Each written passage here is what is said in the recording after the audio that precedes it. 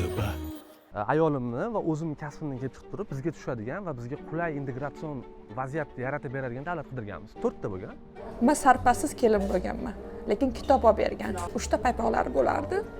Lekin meni kitoblarim dadam paypoqdan ko'p bo'lgan. 32 yoshimda kelganman. Undan oldin 10 yil O'zbekistonda harbiyda ishlaganmiz. Yosh chegarasi aslida bu yerda yo'q. Yangi migrantlarning ko'pchilikda pul emas asosiy talab. Ekomigratsiya ham boshlangan hozir. Iqlim migratsiyasi. 10 yil ichida hozir o'zingizni hovlingizda osh pishirib o'tiribmiz siz bilan. Germaniya pasportini olganmisiz? Yo'q, biz Farzandlaringizda lekin farzandlarni bu yerda 8 yil yashasangiz bular majbur beradi.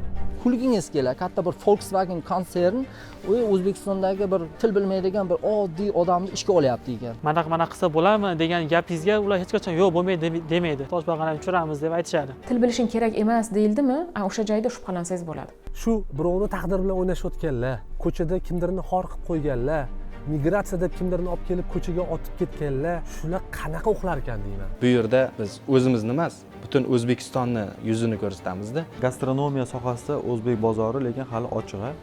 O'zbek bozor ochiq, lekin kim qilsa ham misol uchun zo'r qilish kerak. Odam otoni o'zi migratsiya qilgan. Migratsiya bizga meros. Hozir bog'chadan keldi-yu. O'zbekchaga kirishib olishiga 1 soat, 2 soat vaqt kerak bo'ladi. Almaniya. Butun dunyo muhojirlarining yo'llari va maqsadlari kesishadigan chorraha. Yaxshi hayot izlaganlar uchun ham iqtisodiy, ham ekologik, ham ijtimoiy qulay mamlakat.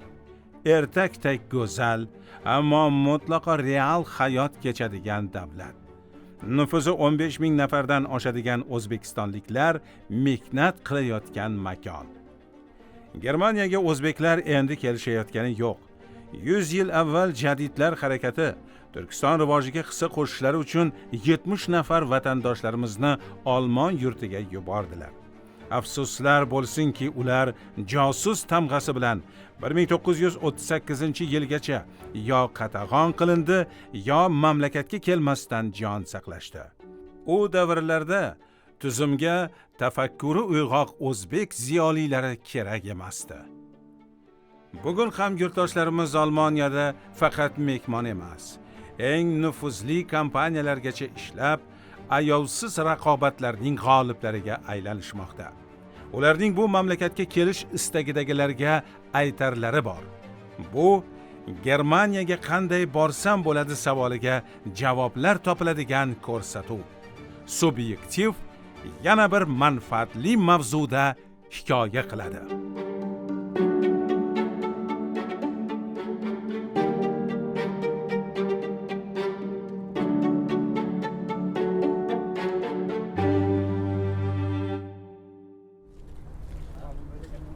Germaniyadagi o'zbekistonliklar hali unchalik ko'p sonli bo'lmagan, lekin istalgan eng zo'r kompaniyalarda ishlayotgan, lavozim va bizneslarni boshqarayotgan intelligentli diaspora. Ular o'zbekistonliklar qora ishchi emasliklarini allaqachon eng zo'r davlatlarda isbotlab bo'lishgan va doim shunday bo'lib qolishini istaydi. Qani vaqtimiz yetsa-yu ularning hammasidan intervyu olib, muvaffaqiyatlarini sizlarga ko'rsatsak. Bugun biz bilan suhbatlashadigan Germaniyadagi o'zbekistonliklar bu davlatga qanday kelish, muvaffaqiyatga erishish uchun nimalarga ahamiyat berish kerakligi bo'yicha o'z tajribalari bilan bo'lishadi. Faqat shuni oldindan aytishim mumkinki, u xoh bo'lsin o'zbekistonlik, xoh germaniyalik, ularning hammasi sifatli migratsiya tarafdori. Chunki bu davlatni hech qanaqasiga aldab bo'lmaydi. Agar to'g'ri yo'ldan ketsangiz, sizga o'z eshiklarini ochadi. Siz Germaniya orzusidamisiz? Unda bugungi ko'rsatuv aynan siz uchun. Subyektivchilar, jamoaning shu yerlargacha kelib, butun Germaniyani aylanib chiqib, izlanib, sizlarga sifatli kontent tayyorlash uchun ketkazgan vaqt va mehnatini bittagina yoqtirma va izohlarda faol bo'lish orqali taqdirlab qo'yasiz degan umiddamiz.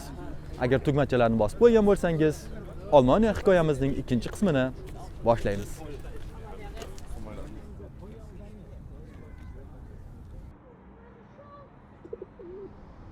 Rostga, men hayotni eng yomon ko'rgan davlatim Germaniya bo'lgan. O'sha aytib berdim-ku, sababi bobom bo'lganlar.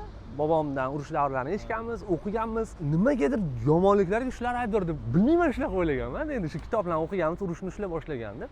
Nimaga kelganimiz juda asosiy sabablardan biri pul bo'lmagan. Da, pul qaralgan, lekin asosiy argument pul bo'lmagan. Ya'ni shu narsani ham aytib ketmoqchiman. Ko'pchilik migrantlarda asosiy, ya'ni yangi migrantlarning ko'pchilikda pul emas asosiy talab. Qonunlar ishlash. eko migratsiya ham boshlangan hozir. Iqlim migratsiyasi. O'zim chetda o'qib kelganman, keyin o'zimni qidirganman. Bu hammani boshidan o'tirgan narsa, ya'ni odamning qorni to'ygandan keyin hissiy yoki ma'naviy ochlikni qondirishga harakat qiladi. Ya'ni adolatsizlik, jamiyatdagi yoqmayotgan narsalarni o'zgartirgisi kelib qoladi. Endi shunaqada, odam qorni to'ygandan keyin ma'naviyat boshlanadi. Menda shunaqa holat bo'lgan. Ya'ni pul uchun emas, ba'zi bir narsalar yoqmagan. Bilganman, meni bunga kuchim yetmaydi. Men faqatgina oilamda nimadirni o'zgartirishim mumkin. Menga 5 yil ketgan umumiy hisobda. Umumiy hisobda 5 yil tayyorgarlik. Fikr tug'ilganidan tayyorgarlik. Yo'q, bu fikr institut davrida bo'lgan. Shunchaki ayam qo'ymaganlar, ota-onam qo'ymaganlar. O'g'lim, borasan, qolib ketasan, urug'imiz bor. Uylan ket deyishgan, rostiga bu gap bo'lgan. Ko'rishsa aytishadi. Uylan ket deyishgan. Endi ota-onamning qarashlariga qaraganda men uylanib bolali bo'lib, bu orzuni unutib yuboraman deb o'ylashganda. Shunaqa deb o'ylashgan, lekin unaqa bo'lmagan. Ya'ni ayolim ham o'qigan bo'lgani uchun orzularimiz o'xshash bo'lgan. Uyush berishdimi? Yo'q. Hami yo'qmi? Yo'q. Lekin nanaman uyush bilan aynimadi. Aynimadi. Aynimadi? Aylanmadi. Tilim aylanmadi. Qaytar. Tilim aylanmadi.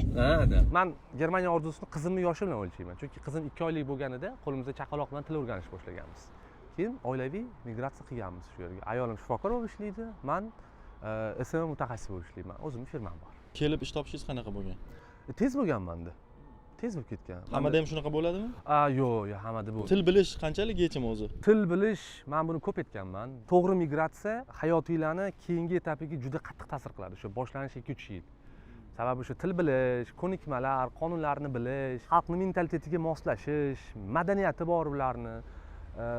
Til bilish, mana shularning hammasini ota-onasi deb bilaman. Qo'shnidan un olib turish uchun ham til bilish kerak, hujjatlarni tushuntirish uchun ham, ko'chada politsiyaga tushganda ham, maktabga boramiz, ota-onalar majlisiga tushunmasdan o'tirsak, bola haqida nima tarbiya? U til faqatgina sizni tezlashtiradi. Bilmaslik faqatgina sizni aldanish imkoniyatingizni faqatgina oshiradi. Men doim aytaman, til bilmagan odamning ko'p-to'k bo'lish shansi 70% dan baland. Ayolimni va o'zimning kasbimdan kelib chiqib turib, bizga tushadigan va bizga qulay integratsion vaziyat yaratib beradigan davlat qidirganmiz. 4 ta bo'lgan. Xo'p, Amerika. Standart o'zbek. Ikkinchisi Angliya. Aynan Angliya, Germaniya va uchinchisi Janubiy Koreya. 4 ta bo'lgan. Keyin imkoniyatlarimizni o'lchab chiqqan Amerika chiqib ketgan. Ya'ni O'zbekistonning shifokorlik diplomi u yerda tan olmaydi yoki maksimum shu bilishim bo'yicha hamshira bo'lib ishlash mumkin. Ya'ni bu chiqib ketgan avtomatik. Osiyoda yashab ko'rganman, Janubiy Koreya ham chiqib ketgan. Ikkita davlat qolgan. Angliya bilan Germaniya. Angliyaning chiqib ketishining sababi uy. Ya'ni kelajakda uy olishim uchun qancha pul yig'ishim kerak ekan degan narsa bo'lgan. Angliya ham chiqib ketgan. Men ham xotinim ham nemislar o'qimaganmiz. Menga ishim ma'lum. Motivatsiya bilan o'tirib, 2 oylik chaqaloq Behnusha qo'limda. Yig'laydi, men xotinimga beraman. Xotinim o'tadi, menga beradi. Biz hozir Pumaning Germaniyadagi bosh ofisi, bu yoq. Bosh ofisidamiz, ma'muriyatidamiz va bu yerda o'zbekistonlik Iroda opam ishlaydilar. Hozir bitta ajoyib joydan o'tyapmiz. Opa, tushuntirib bering, nima bu? Bu yer Hall of Fame deyiladi, ya'ni o'sha mashhur chempionlar va Puma bilan faoliyatini birga boshlab va davom etayotgan mashhur sport yulduzlarini tarixi, dastxati va ular kiygan Puma poyabzallarini izi bor. Bu bir takrorlanmas deb o'ylayman, chunki buni har doim hamma yerda ko'rolmaysiz. O'sha men endi o'sha biz bilgan Gollivudddagi Hall of Fame bor-ku, faqat nomlar bor. Bu yerda nomlardan tashqari ular kiygan poyabzallari izlari bor. Bu hammasi Puma'ning poyabzallari bo'lgan. Silva Ferreira, Diego Maradonani bilamiz, Lothar Matthäus, Henry, biz mashhur Peleni poyabzali, uni dastxati va uni tarixi, Puma bilan bosib o'tgan yo'li va Pumada kiygan poyabzallarning izi. Colin Jackson, Usain Bolt, bu meni bolalikdagi kumirim ham desa bo'ladi va Michael Schumacher ham Puma bilan faoliyat olib borgan. Xudo xolasa shu Hall of Fame'ni yana davom ettirish niyatimiz bor va juda ham xohlardim. Sport va moda industriyasida 3-o'rinda turuvchi Puma kompaniyasini Hall of Fame'ida o'zbek sportchilari ham bo'lishini. Shuning uchun agar Abduqodir Husanovning nomi ham kelsa, men juda ham faxrlansam kerak. O'zi faxrlanaman. Manchester City'da our Uzbek star deb aytishadi. Mana уже kelganiga hech qancha bo'lmadi, lekin o'zini juda ham chiroyli ko'rsata oldi. Asosiy qarorlar shu yerda qabul qilinadi. Mani juda ham bir motivatsiya qilgan narsa tarix shu yerda boshlangan, shu qishloqda, ya'ni shu Herzogenaurachda Dasslerlar oilasi kichkina g'oyani hozirgi kunda butun katta global kompaniyaga aylanishiga sabab bo'ldi. Ya'ni o'zligiga qaytish. Shu qishloqda o'zini ideyasini olib kelgan va bu katta biznesga va hozirgi kunda katta kuchli global kompaniyaga aylandi va butun dunyoni shu Herzogenaurachga olib kelmoqda. Qaytanga bu yoqdan chiqib ketmasdan butun dunyoni olib kelgan bu qishloqqa. To'g'ri. Tashqariga chiqib ketmagan. Yo'q. Mana bu yerda Adidas kompaniyasi bor ekan. Ishlab bu yoq ham ma'muriyat, administratsiya. Adidas kompaniyasining administratsiyasi, ikkita dunyodagi eng mashhur katta kompaniyani administratsiyasi, ma'muriyati shu kichkina qishloqda joylashgan. To'g'ri. Va bu yerga o'zbeklar kelishni boshladi mana. Singlim praktika qilgan va samarqandlik bir yigitimiz ham shu yerda praktika qilganlar. Men xursand bo'laman. Ya'ni bitta o'zbekman deb yurishdan ko'ra biz o'zbekmiz deb xohlayman. Shunaqa bir kichik O'zbekistonni shu yerlarda yaratsak, ular ham katta ishonchni, katta mas'uliyatni, katta kompaniyalardagi yaxshi ishlarni qila olishini ko'rsatishni xohlayman. Men aslida Germaniyaga kelganimda 32 yoshimda kelganman. Undan oldin 10 yil O'zbekistonda harbiyda ishlaganmiz. Harbiyda ham bilasizlar oson emas. Undan keyin shu sog'liq bilan muammo bo'lib qolganligi uchun zaxiraga bo'shatilganmiz va undan keyin men nimaga aynan Germaniya degan savolga ham ko'plab beradi. Chunki Germaniyada meditsina juda kuchli bo'lganligi uchun va bu yerda agar siz qonuniy Germaniyaga keladigan bo'lsangiz, aynan meditsina jihatdan sizga to'liq bepulga xizmatlar ko'rsatilishini bilgan holatda aynan Germaniyani tanlaganman. Va shu Germaniyaga kelganimda ko'pincha o'ylaganman 32 yoshdaman, nodir endi kech bo'ldi. Menda ham shunaqa tushuncha bo'lganda, hech qanaqa, ya'ni harbiy bilan bu ishni qila olmaysiz diplomi bilan. Shunaqa holat bo'lganki, men bu yoqqa kelganimda ham noldan boshlaganman. Kelishim ham qiziq bo'lgan. 2 marta отказ olganman. 2 marta отказ olganimda motivatsiya tushib ketgan. Hali odam o'ziga bo'lgan ishonchi tushib ketadi. Ya'ni ishlab turgan ishingdan ketsa yaqin ko'p insonlarning hayotdan yo'q bo'ladi. Lekin vaqt soati bilan kelib, yarim yildan keyin rahbarimdan xat olaman. Janob Hajiyev, siz bizga juda ham yoqdingiz. Xohlaysizmi mutaxassis bo'lishga? Forenzish, ya'ni o'sha psixologiya va psixiatriya yo'nalishida mutaxassis bo'lishga. Men aytganman, janob, agar men bu sohada hozir o'qiydigan bo'lsam, qanaqa qilib men uyimni to'layman, qanaqa qilib demak shu oilani boqaman? Axir hozirgi oyligim 2 barobar kamayadi desa, xavotirlanmang janob. Siz bizga ma'qul keldingiz. Siz o'qigan soat ish vaqtingiz ish o'rniga o'tadi degan. 4 yillik, 3 yillik o'qishni 2 yilda bitirganman, bakalavrni. Mana asosiy soham imkoniyati cheklanganlar, ya'ni geistig behindern yoki o'sha Beeinträchtigung deganlar bor, ya'ni og'ir nogironligi bor bolalar bilan ishlash bo'lganligi uchun o'sha sohada ilmiy ish qilganim uchun juda ham qiyin bo'lgan. Agar Otabek aka bo'lganlarida befarosat derlar shu yerda, menimcha. Demak, haqiqatan ham shunaqa holatlar bo'lgan. Bu bilan nima demoqchiman? Hech ham kechi yo'q Germaniyaga kelishni, o'zingiz ustingizda rivojlanishni, ishlashni. Germaniya unikal davlat. Yosh chegarasi aslida bu yerda yo'q. Demak, agar yosh chegaralaydigan bo'lsangiz, bu bir qanaqadir diskriminatsiyaning holati. Men o'qigan paytda 54 yoshli, 56 yoshli opalar ham o'qigan nemislar. Ya'ni 3-4 ta kasb egalari bor, qaytadan o'qigan. Korona, yana shunga o'xshash narsalar bilan ularning sohalari yopilib ketgan. Qaytadan ilm olishga ularda hech qachon cheklab qo'ymaydi. Germaniyaga yiliga statistika bo'yicha o'tgan yili 2561 odam viza olgan. Bu milliy viza. Ya'ni Germaniyada milliy viza, Schengen vizani bilamiz. Schengen bu turistik viza. 3 oydan 90 kungacha bo'lgan viza. Lekin asosiy milliy viza. Unda nimalar so'raladi? 2561 ta viza turi 11 taga bo'linib ketadi. Bittasi oila birlashtirish vizasi, 600 ta odamga. O'tgan yil statistikasini aytaman. 600 ta odam oila bola chaqasini olib kelgan. Menga o'xshagan shu yerda faoliyat yuritadigan odam oila bola chaqasini olib kelgan. 420 ta student, talaba bo'lib kelgan. Uning ichiga Ausbildung kiryapti, Weiterbildung kiryapti va talaba o'qiydigan studentlar. Til kursiga 70 ta odam viza olgan o'tgan yili. Bu yil juda ham ko'paydi bu narsa. Tilda birinchi o'ringa qo'yishyapti va boshqa turdagilarga bo'linib ketadi. Endi eng muhim joyi ishlashga ruxsat beradigan viza. Erwerbstätigkeit bu 1412 ta odam viza olgan. Siz hujjatni olganingizda ish beruvchi bilan aloqa qilib ko'ring. Yozsangiz emailda o'sha tagida yozib qo'ygan bo'ladi. Shartnomani ham, boshqa hujjatlarning tagida Erklärung zum Beschäftigungsverhältnis degan hujjatni tagida yozib qo'ygan ish beruvchining adreslari, elektron pochtasi. Qisqagina ismi familiyasini yozib men shuni sizga topshirdim va hozirgi paytda sizdan mehnat shartnomalarimni oldim va qolgan hujjatlarni taklifnomalarni oldim. Shu men o'zimni qisqagina tanishtirmoqchi edim, siz bilan yaqinroq tanishmoqchi edim. Bajonda sizda borib ishlamoqchiman deb o'zingizni tanishtirib o'tsangiz, ular sizga javob xati beradi. O'zlari kelsa ham bo'ladi demoqchisiz. O'zi ham sertifikati bor bolalar bor. Men aytaman, sizni sertifikatingiz bor ekan, sizga nima kerak? Konsalting xizmat. Shunaqa saytlar borki, 15 ta 20 ta sayt turlari bor. O'zingiz to'g'ridan-to'g'ri ish beruvchi bilan aloqa qilsangiz bo'ladi. Menga shu ro'yxatni qilib berasizmi? Men Telegram kanalimizda va qayerdadir berib odamlarga. Endi til biladiganlar uchun bitta yo'lda bu ham, bitta imkoniyat. Hozirgi paytda Germaniyaga qochoq bo'lib kelgan Ukrain, Belaruslar borda. Ular bitta xonani shuni olib o'tirib shunaqangi ishlayapti, 400-500 yevrodan pul tushiryapti shotiga. Hujjat jo'natyapti, u hujjatni ko'rsangiz yig'langiz keladi. U hujjatni oddiygina odam ko'rsa ham uni qalbakiligini u yerda shunaqa qonunlarni ichiga solganki, unaqa qonunlar yo'q hamda kulgingiz keladi. Katta bir Volkswagen konsern O'zbekistondagi bir til bilmaydigan bir oddiy odamni ishga olyapti ekan.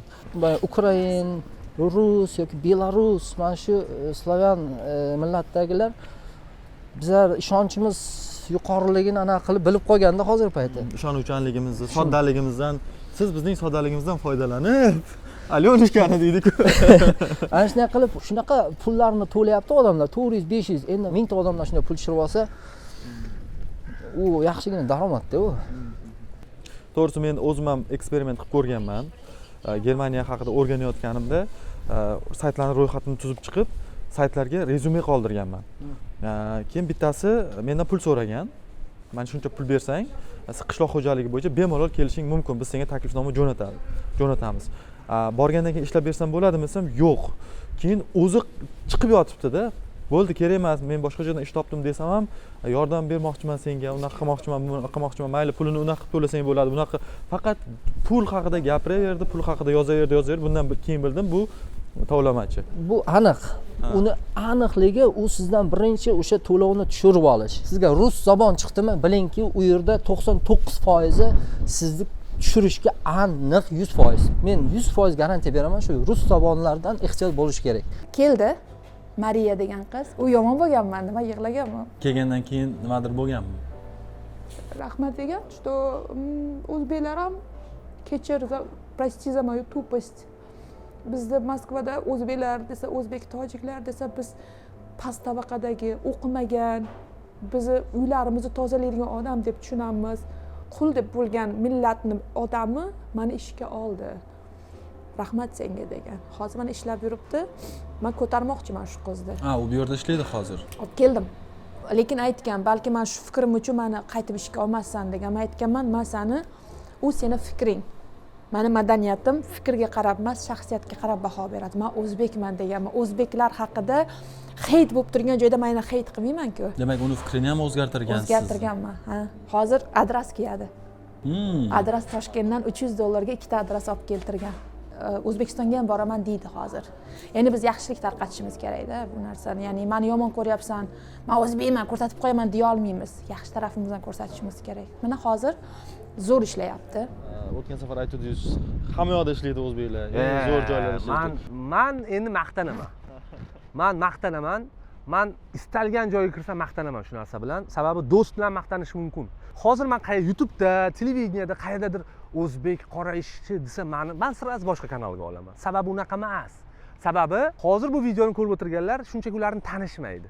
Mercedes-Benz, BMW, Siemens, Red Bull istalgan brendni. Xayolingizga nima brend keladi hozir? Bitta brend ayting menga.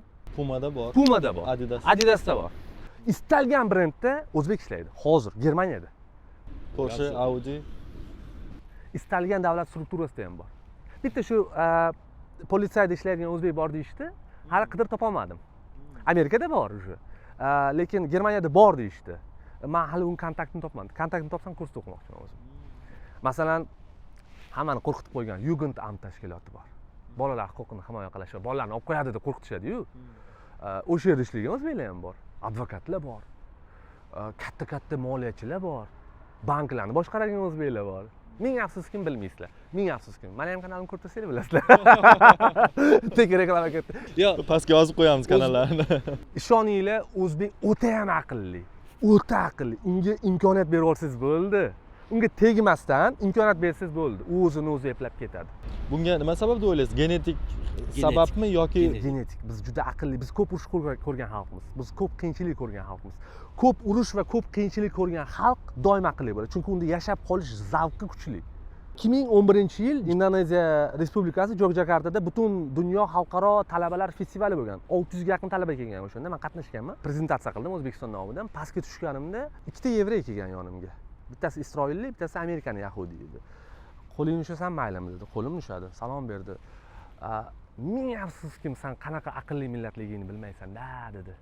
Bu meni hayotimda birinchi marta millatimga nisbatan yaxshi gapni eshitganim edi. Rostini aytsam, boshqa begona millat. Keyin bilsam, amerikalik yahudiy, Buxoro yahudiysi, u ko'chib ketgan.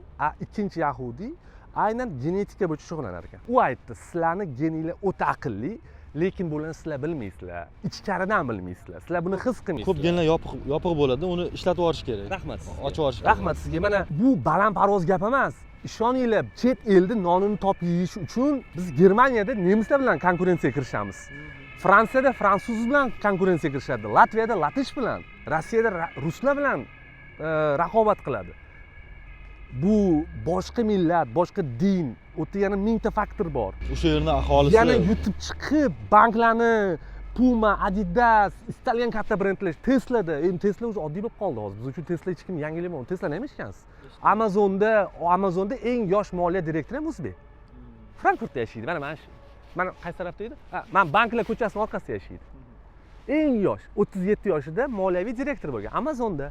Bu havoyi gaplar, bilaman kimdir hozir ensasi qotadi, deydi, lekin siz endi ko'rgan odam sifatida, hammasini tanigan odam sifatida gapiryapsiz. Albatta. Men bitta Germaniyada yashagandim yo'q, men boshqa davlatda ham yashab ko'rganman. Men hammasini yig'ib gapiryapman. Bu bitta Germaniya uchun emas. Germaniyada shunchaki ular juda ham kuchli. Dunyoning 3-ekonomikasi va bu yerda katta lavozimda ishlash uchun faqat aql emasda. Ya'ni stressga bardoshli bo'la olish, keyin o'zbekchilik bor va biz chotki muomalani qilib qo'yamiz, ana qo'yinga kirib ketib qolamiz. O'sha narsalar bizga zo'r ishlaydi. O'zbeklar Germaniyada bir-birini juda ham qo'llab-quvvatlashadi. Germaniyaga kelishim juda ham qiziq bo'lgan. Latviyada o'qib yurgan paytlarim, bakalavr o'qish davomida nemis tili o'qish boshlaganman. Nemis tili kurs olmaganman, o'zim o'rganganman. Shu Goethe institut degan til markazi bor. O'sha yerda til kursi berishadi har xil imtihonlar. O'sha yerda o'rganganman va volontyor bo'lib kelganman bu yerga. Shunaqa volontyorlik FSY degani bor. Ko'ngillik yili 6 oy qilganman. Bu haqida qayerdan xabar topgansiz? Kimdir aytganmi? Bu nima uchun aynan Germaniyaga kelgansiz? Juda ham qiziq bo'lgan. U ham bitta yaxshi aka-ukalar bor. Bitta andijonlik do'stim yordam bergan, sababchi bo'lgan. Men ishlayotgan joyda bizni qidiryapmiz volontyor inson, ya'ni ko'ngillik, xohlasangiz keling, uy-joylarni to'lab berishadi hammasini degan. Bu imkoniyatni qo'ldan boy yurgim kelmagan. Chunki nemis tilimni o'rganib qo'ydim, sertifikat oldim va magistraturaga yoki bo'lmasam ishlashga kelish niyatim bor. Lekin ko'ngilli degani sizga oylik maosh taklif qila olmaydi. Yo'q, u iqtisodiy taraflari bor. Bu ham o'ylab chiqilgan Germaniyada. Har bitta narsa taklif qilishdan oldin hammasi hisobga olinadi. Demak, sizga yashash joyi beradi, pul beradi. Ya'ni misol uchun o'zingiz boqa oladigan darajada. Bu dastur hozirgi kunda ham bor, juda ham ommalashib ketdi O'zbekistonda va O'zbekistonda eng oson yo'li kelishni, chunki siz volontyorlik shartnomasi olasiz va odatda ish beruvchingiz, ya'ni sizga shu dasturni taklif qilayotgan inson turar joy ham beradi ko'p holatlarda va yana bitta jihati bor. Kimda moliyaviy qiyinchiliklar bo'lsa, mana shu dastur orqali kelishadi Germaniyaga. Bu Germaniyaga borib olsam bo'ldi deydiganlar uchun yana bitta bahona yo'li bo'lib qolmaydimi? Bahona yo'li, lekin bitta narsani boshlagandan keyin uni oxiri bo'ladi albatta. Germaniya misol uchun boshqa davlatlardan farqi jihati, siz o'zingiz hamma narsaga tayyor bo'lib kelishingiz kerak. Bu yerda har tomonlama qiyin. Germaniya Instagramda ko'rsatayotgan blogerlar hayot emas. Men o'zimdan kelib chiqib aytaman. Endi hamma har xil akademiya yo'lini tanlaganligi ancha oson kechadi Germaniyada, chunki imkoniyatlar ko'p. Lekin biz gastronomiya sohasida, hotel sohasida Ausbildung, ya'ni kasbiy ta'lim qilganimiz uchun har xil narsalarni ko'rganmiz. Avvalambor Germaniyaga kelish uchun siz o'zingizga to'g'ri keladigan dasturni gaplashib olishingiz kerak. Misol uchun sizga to'g'ri keladigan dastur menga to'g'ri kelmasligi mumkin. Ko'plar mana shu narsada xato qiladi. Demak, hozirgi kunda hammaga deyarli tushadigan eng zo'r dasturlardan bittasi, men yoqtiradigan bu assalomu alaykum akamiz, haykalni qaranglar. Agar siz haqiqatdan ham keladigan bo'lsangiz, Germaniyaga eng zo'r dastur birinchisi bu Ausbildung dasturi hisoblanadi. Ausbildung dasturi haqida gaplashadigan bo'lsak, eng keraklisi bu siz 18 yoshga to'ldingiz, sizda maktab shahodatnomasi bo'ladigan bo'lsa, 11-sinfni bitirgan bo'lsangiz, siz albatta Germaniyaga kelishingiz mumkin ekan. Ana akamiz bilan tanishishingiz mumkin ekan. Juda ham zo'r. Germaniyaga kelsangiz mana shunaqa haykallarni ko'rishingiz mumkin. Dankeschön. Dankeschön.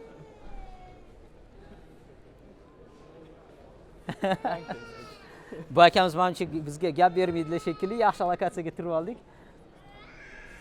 Keling, mana shu rasmga tushib qo'yamiz. Demak, akamiz bilan keyin gapimizni davom ettiramiz. Gapga qo'shmas ekan bu aka. Rasmga tushib oldik.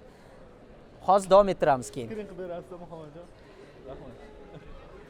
Xo'p, endi siz keldingiz. Plus tomoni nimada buni? Siz O'zbekistonda avvalambor tilni B1, B2 da o'rgangan bo'lishingiz kerak, siz kamida va kelib turib 3 yil davomida, misol uchun o'rtacha deylik, dual Ausbildung qilasiz. Ya'ni kollejga tenglashtirilgan. Kelasiz, o'qiysiz va praktika qilasiz. Shuni hisobiga Germaniya, menimcha hech qaysi davlatda yo'q bunaqa narsa, sizga pul to'laydi. Hozirgi kunda o'sha 1000 yevrodan 1,5 yevrogacha bruttoda. O'rganganingiz uchun. O'rganganingiz uchun. Ya'ni tasavvur qiling, O'zbekistonda kollejda o'qiyapsiz, sizga pul to'layapti. Bu pul sizga bemalol yetadi, yeb, ichishingiz, yotog'ingiz va o'qishingizga. Agar siz O'zbekistonga pul jo'nataman desangiz, maslahat bergan bo'lardim, katta eforiyaga berilmaslikka. Bu davrda bir qism yana yordam berishingiz mumkin, 100-200, lekin unaqa katta yordam bera olmaysiz. Xo'p, plus tomoni nimada buni? Bitirganingizdan keyin sizga eng zo'r joylardan bittasi bu ish beruvchini o'zi olib qoladi sizga. O'qishingiz davomida mutlaqo hamma strafovkalaringiz qoplanadi. Bu degani siz meditsinadan to'liq tekinga muolaja olishingiz mumkin. Bitirganingizdan keyin ish beruvchi olib qoladi va 80-90% da olib qoladi ishga. Ya'ni yoqsangiz va bu yoqning talablariga javob bersangiz. Siz bitirdingizmi, u sizga xohishi, bekorga sizni o'qitmayapti, bekorga pul bermayapti, jon deb olib qoladi. Plus tomoni yana buni oilani birlashtirish. Ya'ni sizni turmush o'rtog'ingiz bo'ladigan bo'lsa yoki farzandlaringiz bo'ladigan bo'lsa, uni birlashtirishingiz mumkin. Даже mutaxassis o'sha Fachkraft viza bilan ota-onangizni ham olib kelish imkoniyatiga ega bo'lasiz. Bu juda ham yaxshi, sizni orqangizdan demak yaqinlaringiz kelishi mumkin. Ikkinchi viza turi bu hammaga xohlaydigan, bu to'g'ridan to'g'ri ishga kelish, Fachkraft viza deyiladi. Fachkraft vizaga endi kelish uchun albatta siz O'zbekistonda hech bo'lmasa oliy ma'lumotli bo'lib turib, diplomingizni anerkenu qildirishingiz keraksiz va kerakli kasb egasi bo'lishingiz kerak. Misol uchun hozirgi kunda talablar ko'plab vrachlarimiz kelishyapti deylik, yoki o'qituvchilarimiz to'g'ridan to'g'ri o'qituvchi bo'lib kela olmaydi. U yerda kim bo'lib keladi? Keladida bog'chalarda yoki boshlang'ichlarda yoki imkoniyati cheklangan joylarda o'sha darslar berib yurishadi. Injenerlar yoki elektriklar shu sohalarda kelishi mumkin. Qishloq xo'jaligidan ham kelishyapti. Eng ko'p keladigan qishloq xo'jaligi. Eng katta pluslaridan bittasi, bundan kelganingizdan keyin siz xuddi nemis fuqarosiga o'xshab, birinchisida ham, ikkinchisida ham siz mutaxassis bo'lasiz. Farqi yo'q. Siz mutaxassis bo'lganingizdan keyin hamma xuddi nemis fuqarosiga o'xshagan huquqlaringizga ega bo'lasiz. O'sha bepul meditsina, mabodo ishingizdan ayriladigan bo'lsangiz, plus tomoni buni eng zo'ri, bepul meditsinadan tashqari sizni davlat o'z qarmog'iga olishi mumkin. Har xil tirik jonimiz kasal bo'lib qoldik yoki ish beruvchi bo'shatib yubordi. Sizda qonuniy kelgansiz, yashash huquqi bor. Ya'ni sizni uyingizni pulini kim to'laydi? Davlat to'lab beradi. Har bir kishiga, farzandingizga, oilangizga 500 qanchadir oyma-oy pul to'laydi. 1 yil bo'lsa 1 yil, 5 yil bo'lsa 5 yil. Ya'ni bu xavfsizlik. Lekin undan oldin qiyinchiliklar bor. Siz tilni bilishingiz keraksiz. Fachkraft viza uchun B1, B2 kamida bo'lish kerak. Va kelganingizdan keyin integratsiya jarayonlaridan ham o'tishingiz keraksiz. Chunki oson emas. Kelganingizdan keyin propiska qilishingiz kerak. Ko'plar aytadi, men hozir Germaniyaga kelib olaman, bo'ldi. Yo'q, bu uy topish qiyin.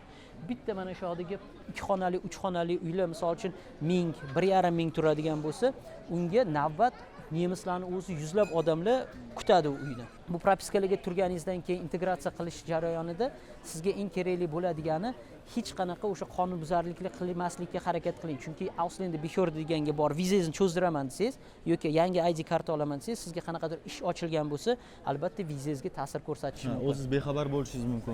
O'zingiz bexabar. Bu Führungszeugnis deyiladi. Har bitta insonga yuritiladi. Bu protokol, ya'ni siz bilmagan holatda sizni o'sha qilingan narusheniyalar, sizni qilgan ma'muriy holatlaringiz o'sha yerga yozilib boriladi. Shuning uchun bu juda ham muhim. 3-chi viza turi bu albatta men hozirgi kunda sporlashaman. Til kurslariga ko'plar kelyapti.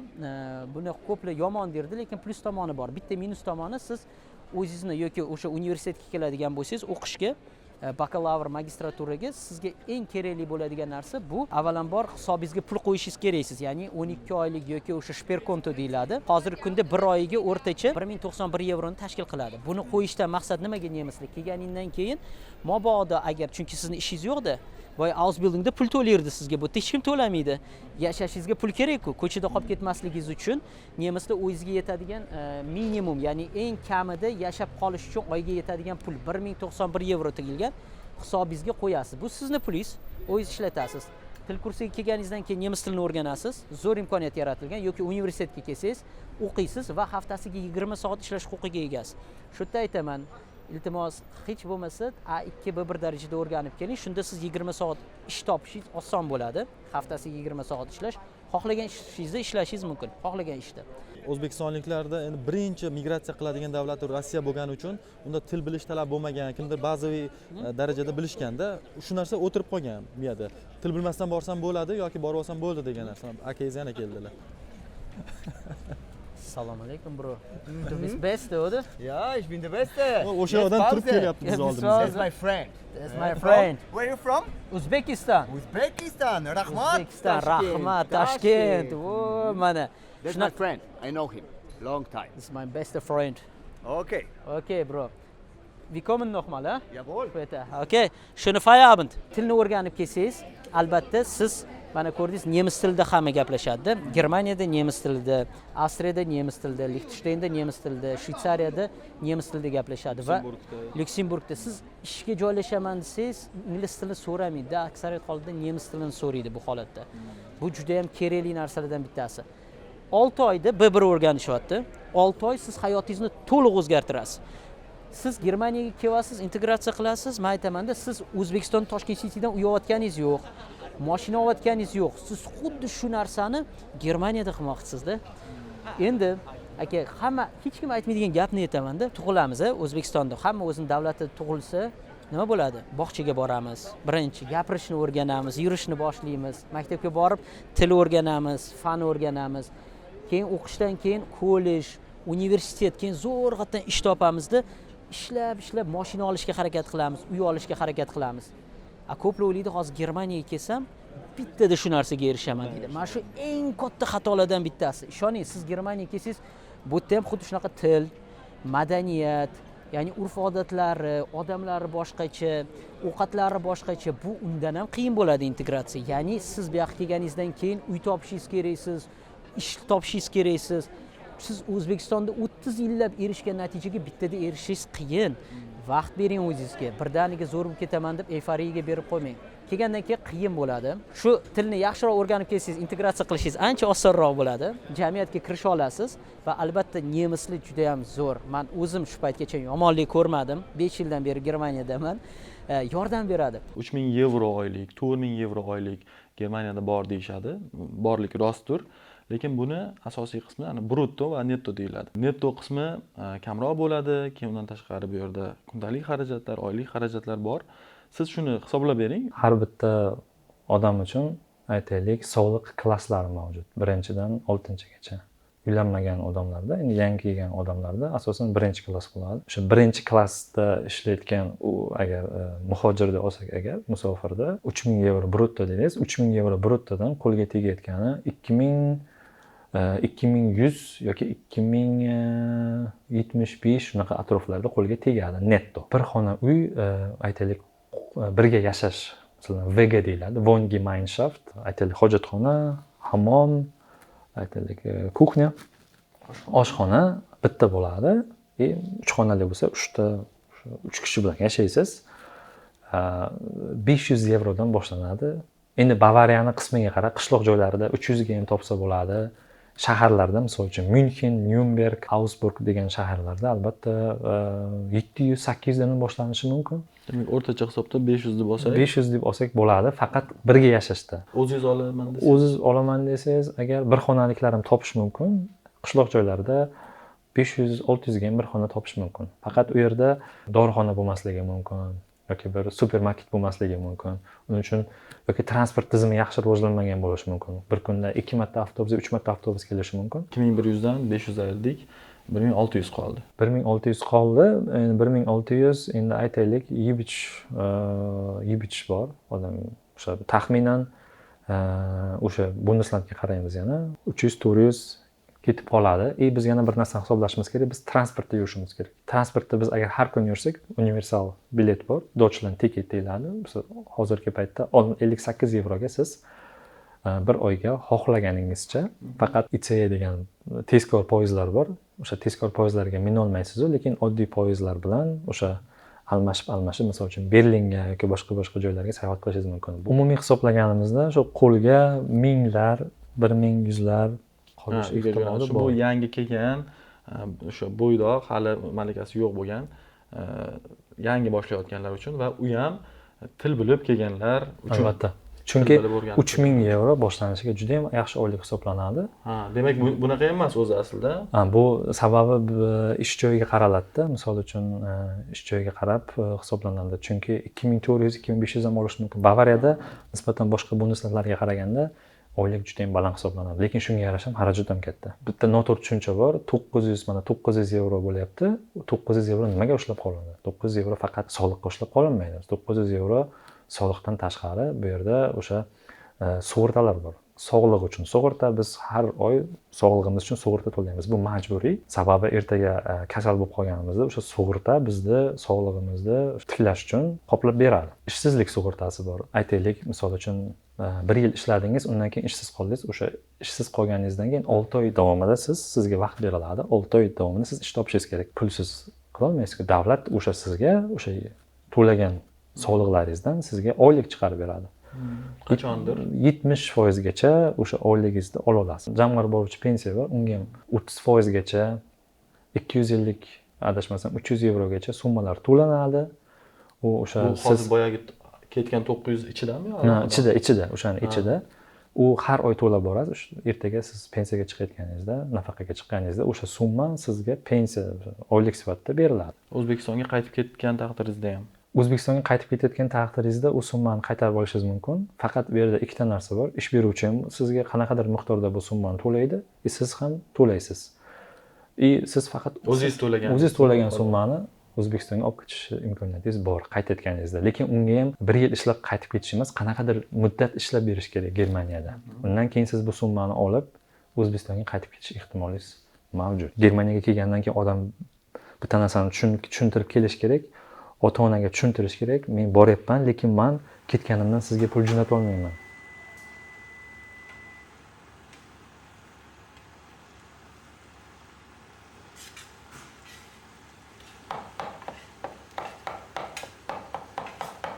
Assalomu alaykum. Aka yaxshimisiz?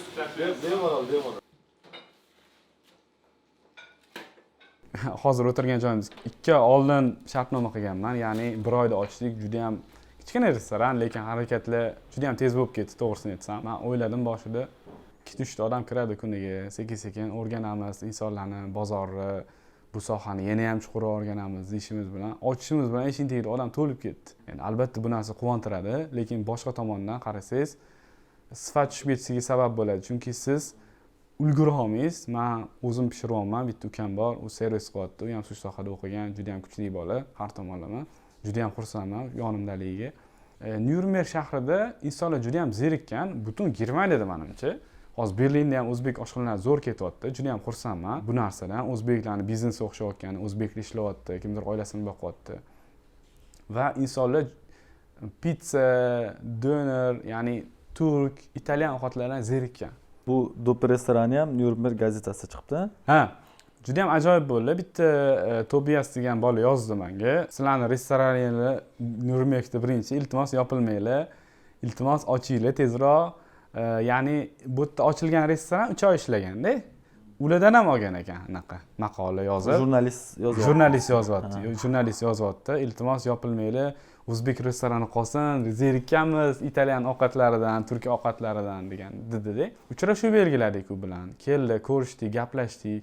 Keyin o'zbek umuman oshxonasi, madaniyati hammasini tushuntirib berdim. Keyin maqola yozaman, rozimisan dedi. Bo'ldi, yoz dedim. keyin maqola yozdik, keyin nemislar kelishni boshladi. Ya'ni auditoriyamiz yoki bo'lmasam qiziqadigan insonlar oshdi, boshqa millat, misol uchun turklar kelyotdi, ruslar kelyotdi, arablar kelyotdi. Demak, kengayishni boshladik. Nemislar qiziquvchan xalq, misol uchun bitta narsani so'raydi, nimaga bu bunaqa, qanaqa kelib chiqishi, sabablariga qiziqadi. Milliy nimalar bor? Keyin ertasi kuni keladi, men ma'lumot yig'ib ko'rdim O'zbekistondan, Samarqand festivallari bo'lar ekan, musiqa bir balo, shu narsalar aytishadi. Demak, siz faqat ovqat sotmaysiz bu yoqda. Albatta, bu yerda faqat ovqatlar emas, nafaqat biz millatimizni madaniyatini, o'zbekligimizni-da. Misol uchun bizani insonlar bilan muomala qilishimiz ham bitta o'zbekchilikda. Misol uchun kelib kutib olib, keling o'tiring, nima ichasiz misol uchun. Qaysi millat unaqa qiladi. Keyin men gastronomiya sohasida ishlaganimda sizlarda qonunlarda bor bu narsa. O'zbekistonda misol uchun mehmondo'stlik, endi oxirgi yillarda bu kamayib ketdi, chunki boshqa omillar ham bor bu narsaga, lekin oldindan musofir kelib qolsa, mehmon qilib, choyini berib, ovqatini berib, rozi qilib uydan chiqarib yuborgan xalqimizda. Mana shu sohani ichiga kirmoqchiman men xohlasa va O'zbekiston madaniyatini shu Yevropada tarqatish maqsad. Nafaqat pul topish, balki emotsiya, insonlarga ulashish yoki bo'lmasam madaniyatimizni ko'rsatish. Gastronomiya sohasida o'zbek bozori lekin hali ochiq-a? Ha, o'zbek bozori ochiq hali, lekin kim qilsa ham misol uchun zo'r qilish kerak. Ishim yaxshi, 6 dan 3 gacha ishlayman. Ertalab 6 dan ertalab 3 gacha ishlayman. Dushanbadan jumaga, juma kuni 6 dan 12 gacha ishlayman, 40 soat. Boshqa yana hafta o'rtasida yana neben job qilaman. Neben job degan narsa bor, mini job deyiladi. Qo'shimcha ish 566 yevrogacha bir oyda 40 soat ishlash mumkin. Faqat limit 566 yevro. Bu 566 yevroni siz qo'shimcha ravishda ishlab olishingiz mumkin. Misol uchun qanaqa ishlarda? Men katta bir qurilish materiallari sotayotgan korxonada ishlayman. Ofitsiant bo'lib ishlashingiz mumkin. Oshpazga yordamchi, menga o'sha do'konda sotuvchi. Bu summadan hech qanaqa qo'shimcha pullar olinmaydi, soliq pullari olinmaydi. Faqat sizning vazifangiz shu summa oshib ketmasligini nazorat qilish. Shunaqa ko'p kanallarda, guruhlarda savol keladi. Bitta odam bir xil savolni beradi. Tilsiz kelishda iloji bormi? 100 ta odam yo'q, iloji yo'q deydi-ku.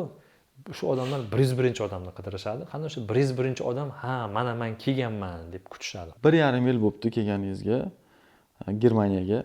Lekin orqangizda xuddi fransuzlarning jandarmlariga o'xshagan forma turibdi. Qanday qilib qisqa muddatda siz mana bunday formaga ega bo'lishga ulgurdingiz?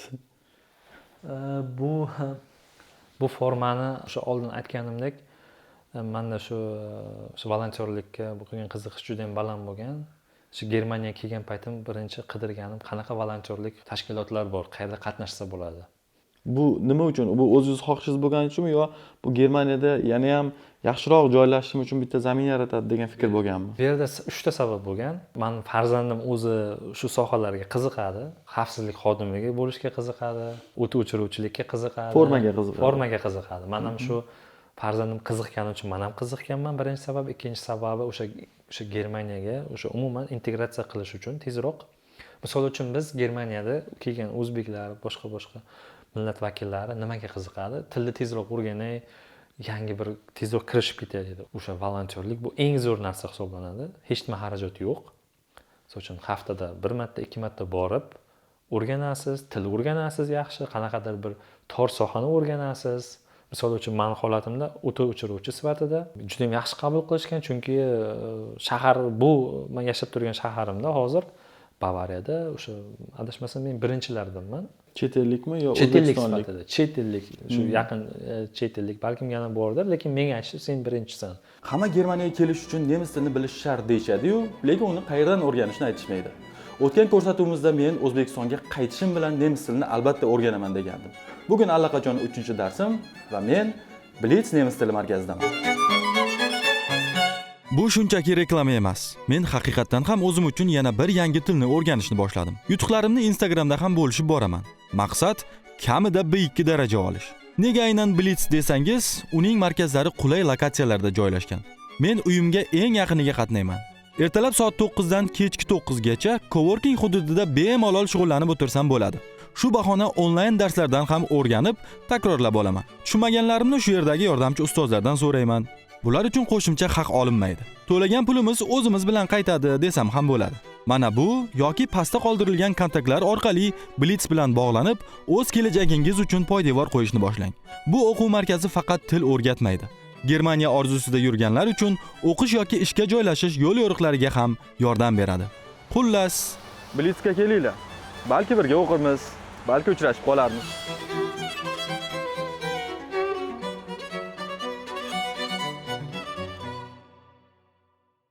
Bu o'tishlar, bu tepkilar, ko'zga ko'rinmas yoshlar, endi ko'p bo'ladi unaqa narsa. Yig'lamagan musofir bormi? Nimadan qiynaladi? Xo'p, mana hamma sharoitingiz bor, o'z xohlagan davlatga keldingiz. Nima sizni yig'latgan unda? Ko'p unaqa narsalar. Hozir yig'lab beraman hozir. Yo'q, mana bunaqa narsada bir kam dunyo. Bir kam dunyo. Men shu haqiqatni tushundim. Inson butkul to'la baxtli bo'lishi uchun bu yer yuzi kam. Chunki bizning fitratimizga zerikish yozib qo'yilgan. Biz har qanaqa narsadan zerikamiz, bitta narsadan zerikmaymiz faqat. Bu aniq, ko'plar biladi. Tushunarli. Taqvodan.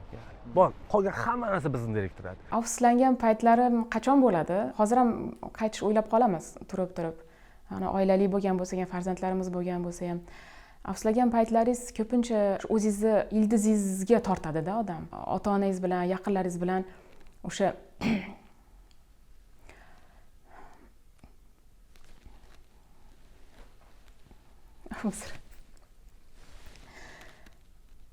nima deydi o'sha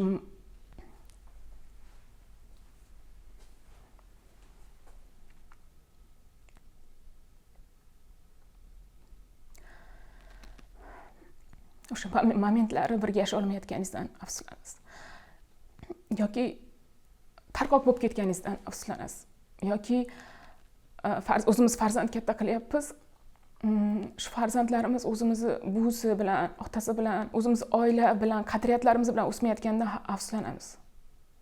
O'sha taraflari bizni qiynaydi. Bu o'ylayman har bitta musofirni qiynaydigan dardda bu.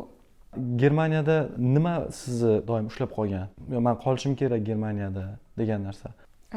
Shaxsan meni ko'proq imkoniyatlar, o'zingiz erkin fikringizni bildira olishingiz yoki o'zingiz qaror qabul qila olishingiz, tashqi muhit ta'siri kamroqligi hayotingizga. Ya'ni biz hayotimizni qo'shnim nima derkin, bular nima derkin, o'rtoqlar nima derkin deb emas, biz o'zimiz nimani xohlaymiz. O'zimiz farzandlarimizga nimani berish xohlaymiz, qanaqa tarbiyani berish xohlaymiz deb yashay olishimiz. Toshkentda o'qigan bizni amakilar tarafdan shu o'g'illar o'qigan bo'lganda dadamga aytishgan, "Yo'q, qizingizni Toshkentga o'qishga yubormang. Toshkentda ko'ryapmiz mana qizlar qanaqa, shu viloyatlardan kelgan qizlar qanday qiynalayotganini yoki boshqa sharoitlarda o'qiyotganini yubormang" deb maslahat berishganda. Toshkentga borishimiz shunaqa bir savol ostida bo'lgan. Keyin Toshkentga borib o'qiganimizdan keyin dadam bitta gapi bo'lardi. Men qizimga bergan tarbiyaga ishonaman derdi-da. Ishonchimni oqlashini ham bilaman deb shunaqa bir ishonch berardi. Vaholanki otani qiziga bergan ishonchi juda ham bu boshqacha kuch berar ekanda. Dadam odobli bo'l, u bo'l demagan. Nima qilsang meni yuzimni ko'rgin qizim degan. Shuncha hozir mana dadam yuzi kelyapti. Charchab qolaman, u qanaqadir qiyinchiliklar bo'lsa, hozir shu ish qilmasam dadam yuz yeriga qaraydi deyman. Chunki menga dadam ishongan, sarpa yig'magan, men sarpasiz kelin bo'lganman. Lekin kitob olib bergan. 3 ta paypoqlari bo'lardi. Lekin meni kitoblarim dadam paypog'idan ko'p bo'lgan. Men Zulfa mukofotiga qatnashganimda rosa ham xafa bo'lganman. Olgim kelgan shu mukofotni. Dadam aytgan, siz hali undan zo'riga erishasiz. Siz doim men uchun g'olibsiz. Ya'ni menimcha uyga borganimizda shu bizni yaqinlarimiz, siz buni eplaysiz, siz g'olibsiz degan bir samatsenkani, gрамотный samatsenkani bera olsak, motivatsiya qilishda bu katta rol o'ynaydi. Men yoshligimda Iroda To'laganova juda katta natijalarga erishgan. Iroda To'laganovaning millatni tanitayotgani, shu musobaqalarda qatnashayotgani menga motivatsiya bo'lgan. Men Irodaman-ku, men ham Iroda To'laganova bo'laman deganman. Dadam aytgan, "Yo'q, siz Iroda To'laganova emas, siz Iroda Karimova bo'lasiz" deganlarda. Ya'ni siz o'zingiz, siz o'zingiz shaxsingiz bor deganlar.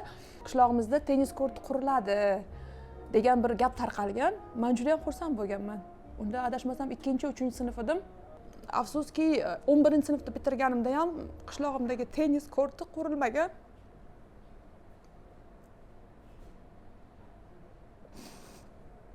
judayam motivatsiyam tushib ketgan, ya'ni men endi iroda to'lagan va bo'la olmas ekanman deganimda dadam aytgan, hali siz chempionlar orasida bo'lasiz qizim degan. Qarang, gaplari to'g'ri ekan. Men Usain Bolt bilan mana shu Pumaga kelib Usain Bolt bilan ko'rishdim. Deylik, Pep Guardiola keladi, Serena Williams masalan Puma bilan faoliyat yurib uzr. O'zi ayb menda bo'lgan. Ya'ni o'sha orzuni o'sha bir narsaga bog'lamaslik kerak. Ya'ni qishlog'imda tennis qurilsa, men chempion bo'laman. Qishlog'imda begovoy doroshka bo'lsa, keyin men yuguraman degan xato o'zi menda bo'lgan. Ya'ni men o'sha narsani kutib yashaganman, lekin xohlardim O'zbekistonda chekka qishloqlarida bolalar sport rivojlanishiga hissa qo'sha olsam. Bitta o'zbek bor. Har yili 10 ming yevrolik tibbiyot uskunalarini o'zi tug'ilib o'sgan qishloqdagi klinikaga jo'natadi. Har yili. Germaniyada o'zi har bitta millatning portreti bor. Mana masalan, eronlik desangiz, injenermisan deb so'rab qoladi. Polyak bo'lsa, quruvchimisan deydi. Qurishda ishlaysanmi deydi. Sekin mana o'zbeklarning ham portreti shakllanyapti. Masalan, kimdir bilan tanishib qolsak, doktor emasmisan deb so'rab qoladi. Mendan ham so'raydi. Men aytaman, "Yo'q, men doktor emas, xotinim doktor" deb qolaman. Ya'ni meditsina sohasi, tibbiyot sohasida juda ko'p migratsiya bor. Mana yaqinda bitta yangi o'zbeklar kichik diasporasi bilan tanishdim. 26 ta odam, 25 ta odam ekan, men 26 bo'lib bordim. Eng oddiysi men edim. Eng oddiysi men edim. Meni bitta kichkina firmam bor. U yerda o'sha katta zavodlar, Mercedes ishlaydiganlar bor, katta korporatsiyani boshqaradiganlar bor. Yana oddiy o'tiribmiz. Endi o'zbek o'tirganda kasb shunda o'tirmaydi-ku. Hamma endi gaplashib, "Men shu xonam bunaqa bo'ldi, men bunaqa delegatsiyani kutdik, men bunaqa men CEO bilan aniq gaplashib, aka siz qayerda ishlaysiz?" Men bu siqatda 25 ta odam 80% boshliq. Germaniyada. Men o'sha akalarga ham aytaman, "Akajon, siz Instagram qiling. Siz ma'naviy haq, sizni odamlar giroy qilib olsin. Sizga harakat qilsin. Ana TikTokda o'ynaydigan qizga emas yoki menga jang bering degan odamga emas. Intellekt olimlar davlatni ko'taradi. Olimlar obro'ni tepaga olib chiqadi. Sport, boshqa sohalar olib chiqadi. Men hech o'ylamayman TikTokda o'ynagan odam bilan bir davlatni obro'si. Siz chiqing, siz chiqsangiz sizni kimdir giroy qilib, sizni ideal qilib oladi o'ziga. Sizni kasb yo'lingizni. Kuchli odamlar bo'lsa, ko'rib qolsa mabodo shuni ertaga Germaniya haqida chiqib ko'rib qolsa, akalar qilinglar, sababi sizlarning ma'naviy haqqinglar bor. Sizlarga qarab ergashib yuradi. Maydonda agar aqlli odamlar kamayib qolsa, albatta alternativasiga ergashamiz. Shunchaki ular ijtimoiy tarmoqdan uzoqda-da. Doktorlar juda ko'p. Manheim shahrida 30 ga yaqin doktor bor. 30 ga yaqin aka. Bitta yaqin men xatlashib yetdim, men ko'rishgandim. Akalar bir 2-3 yilda mencha klinika ochasizlar, bor planda deyapti. "O" dedim, "Men intervyu olaman sizdan kelib." Odam o'toni o'zi migratsiya qilgan. Migratsiya bizga meros. Rosti. Nemislar ham Germaniyadan ketishyapti masalan. Amerikaga ketishadi. Shvetsariyaga ketishadi, Avstriyaga ko'chishyapti. So'rasangiz aytishadi, "Men charchadim Germaniyadan." O'zlari aytishadi. Dunyoda migratsiya qilinmagan davlat yo'q. Shvetsariyaliklarning o'zi Tailand, mana bu subtropik davlatlarga, tropik davlatlarga ko'chishadi. Bu narsalar просто internetda katta PR qilinmaydi-da. Men nima qilib turay? Yo'q, bo'ldi, siz bilan xolis yaxshi. Hamsuhbat bo'lib tursangiz bo'ldi deydi. Bu yerda oddiy o'sha 2015-yilda oddiy firmada, o'sha studentlik davrim bilan bir paytga to'g'ri keladi. Oddiy ishchi bo'lib, unaqa hozirgi kunga hisoblaganda bitta oilani yurgizadigan darajaga yetarli bo'lmagan miqdorda oylikka ishlashga rozi bo'lib ish boshlaganman. 10 yil ichida hozir o'zingizni hovlingizda osh pishirib o'tiribmiz siz bilan. Alhamdulillah, mana shunaqa darajaga ham yetkazdi. Dadam juda ham yaxshi moddiy holatda bo'lgan o'sha paytda. Har doim seni ya'ni yaxshi tarafga, yaxshi yo'nalishga har doim qo'llab-quvvatlayman. Qachonki o'sha ishonchimni suiiste'mol qilmasang degan gapi va ishonchi bo'lardi. Taqdirimizga yozgan ekan, nasib qilib mana shu joylargacha keldik. Lekin shu kunlari endi dadam rahmatli ko'rish nasib qilmadi.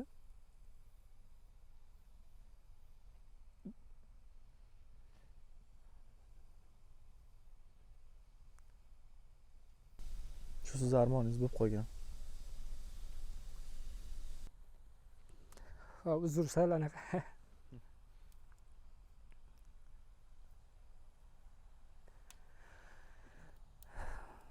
inson haligi qalbingizda bir armoningiz va armoningiz bo'ladi. U armoningiz albatta haligi sizni yaqinlaringiz bilan bog'liq joyi bo'lsa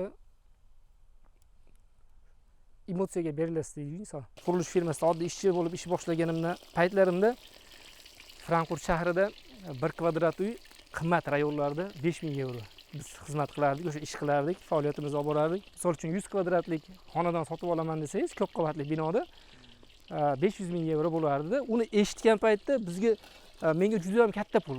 500 ming euro juda ham katta. Bizga menga endi haligi nima deydi, oldingizga qo'ygan baribir niyatingiz bo'ladi, lekin amalga oshirish hali unaqa realizatsiya deydi-yu, tasavvuringizga sig'maydi-da. Shunaqa darajada katta summada endi. Alhamdulillah mana hozirgi kunda shunaqa darajaga yetkazdi. Ya'ni o'sha 4000-5000 eurodan biz uy qurib beryapmiz. Pandemiya davriga to'g'ri keladi. Pandemiyadan sal oldinroq 2017-18-yillarda bir Rustam degan yaqin bir og'aynimiz bor. Uydagilar bilan birgalikda Frankfurt shahridan yarim soat bo'lgan masofada yer olishdida, uy qurishni boshlashdi. Men juda xursand bo'ldim. Nega? U chunki juda yaxshi sohaligini, o'sha uydan yaxshi daromad qilishini bilardim, ishonardim shu narsaga. Keyin o'rtoqlarga ham shu narsani taklif qildim, ya'ni kelinglar biz ham shu anaqani olaylik bir joydan. Shunaqa ya'ni bir o'zimga moddiy jihatdan hech anaqa imkoniyatim yo'q, lekin 4 ta 5 ta odam birlashadigan bo'lsak, bunga imkon qila olamiz. Boshlang'ich hech bo'lmasa shu arzonroq joydan yerini sotib olsak, moliyalashtirishni keyin yana o'ylab ko'ramiz. Birinchi qadamni qilsak, u yog'i davom etib ketadi degan taklif bo'lgan paytda endi bu tushunchasi yo'q odamga baribir qiyin-da, yer sotib olib uy qurishi deb ishonchsizlik bo'ladi-da. Bolalar ham to'g'ri tushunaman, shunaqa holat bo'lgan. Oradan o'sha 2 yil o'tib 2019-yilga kelib pandemiyadan sal oldin, pandemiya boshlanishidan oldin uy bitdi. Rustam o'ziga oilaviy yashashiga bitta alohida o'sha katta hovli ota-onasi bilan yashashiga qurdi va yoniga xuddi biz uyimizga o'xshagan egizak uylar deb qo'yadi.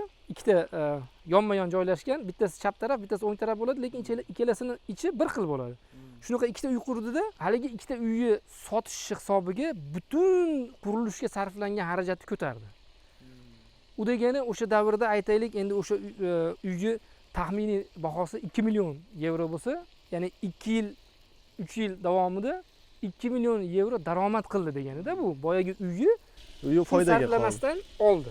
Keyin shu bilan 6 ta og'ayni, o'rtoqlar, yaqin o'rtoqlar o'rtada pul tashlashib yer sotib oldik.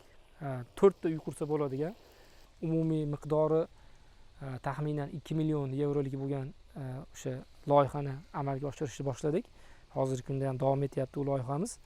Va undan tashqari o'zimizni ham alohida yana 1 million atrofidagi loyihamizni ham yo'lga qo'yib, u loyiha ustida ham ish boshlab, xudo xolasa hozir uni natijalari ham yaxshi ketyapti. Hozir hujjat ishlari davom etayotgan jarayon. Xo'p, qanchadan o'zi uylaringiz? Hop, birinchi uyimizni biz shu o'rtoqlarimiz bilan kelishib, o'sha o'rtada sherikchilik bilan boshlagan uyimizni birinchisini 300 ming yevroga sotganmiz. 300 ming yevro. 300 ming yevroga sotganmiz. Nech xonali uy? 4 xonali uy. Birinchi mana hozir biznikiga kirdinglar, birinchi xona etajga kirganinglarda oshxona bilan birinchi studiya bo'lib katta ochiq bo'ladi. Ikkinchi etajda ikkita yotoqxona, kattalar bolalar yotoqxonasi va eng tepada studiya. Agar Germaniyadan O'zbekiston fuqarosi, ya'ni Germaniyaga vizasi bo'lmagan O'zbekiston fuqarosi uy oladigan bo'lsa, bemalol uy olishi mumkin.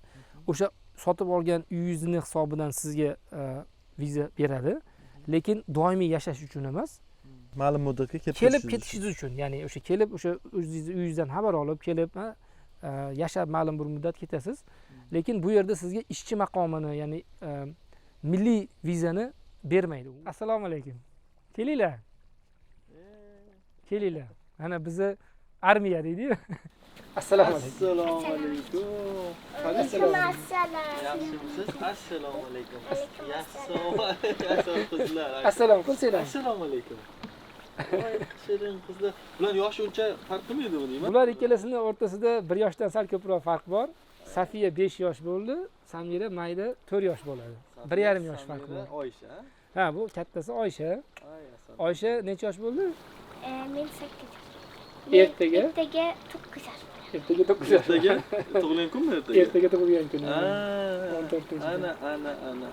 Qayerdan kelyapsizlar? Qayerdan kelyapsiz? Safiya qayoqdan kelding qizim? Postadan. Bog'chaga bordingizmi? Bog'chada o'rtoqlaringiz bormi? Ko'pmi? Oti nima? Lekin u mancha muslim emas. O'zbekchada aytamiz, bir xilgilar musulmon bolalar, bir xilgilar musulmon bo'lmagan boshqa millat yoki boshqa dindagi bolalar. Siz hammasi bilan o'rtoqmisiz? Hammasi emas. Ha, kim bilan o'rtoqsiz? Keyin ularni taniymaysiz.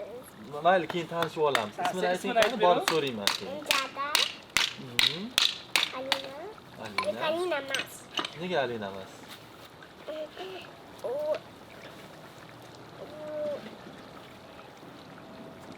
Yaxshi qiz emasmi? Yo'q. Nimaga? Nima qiladi? Was heißt auf Uzbek mochi?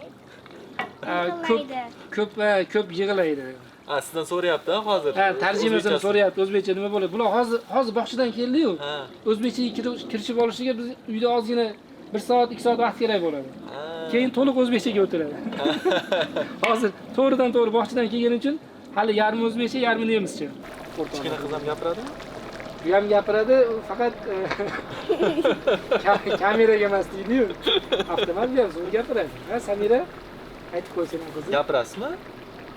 Bog'chaga bordingizmi siz ham bugun? Und mit Augen auf und ohne Nase zu halten, tauchen und Dinge holen. O'zbekcha gapiradi. Uni aytaveramiz. Men yordamlashib turaman. Sen ko'zingga ko'z oynaksiz suv tagiga tushding. Hakem haligi Dumaloq anaqani, plastmassa narsani olding. oldim suvdan. Zo'rsan. Keyin qali yordamchi anaqalarsiz suzding o'zing. Nima yedingiz tushlikka? Nima berdi? Nima yedinglar?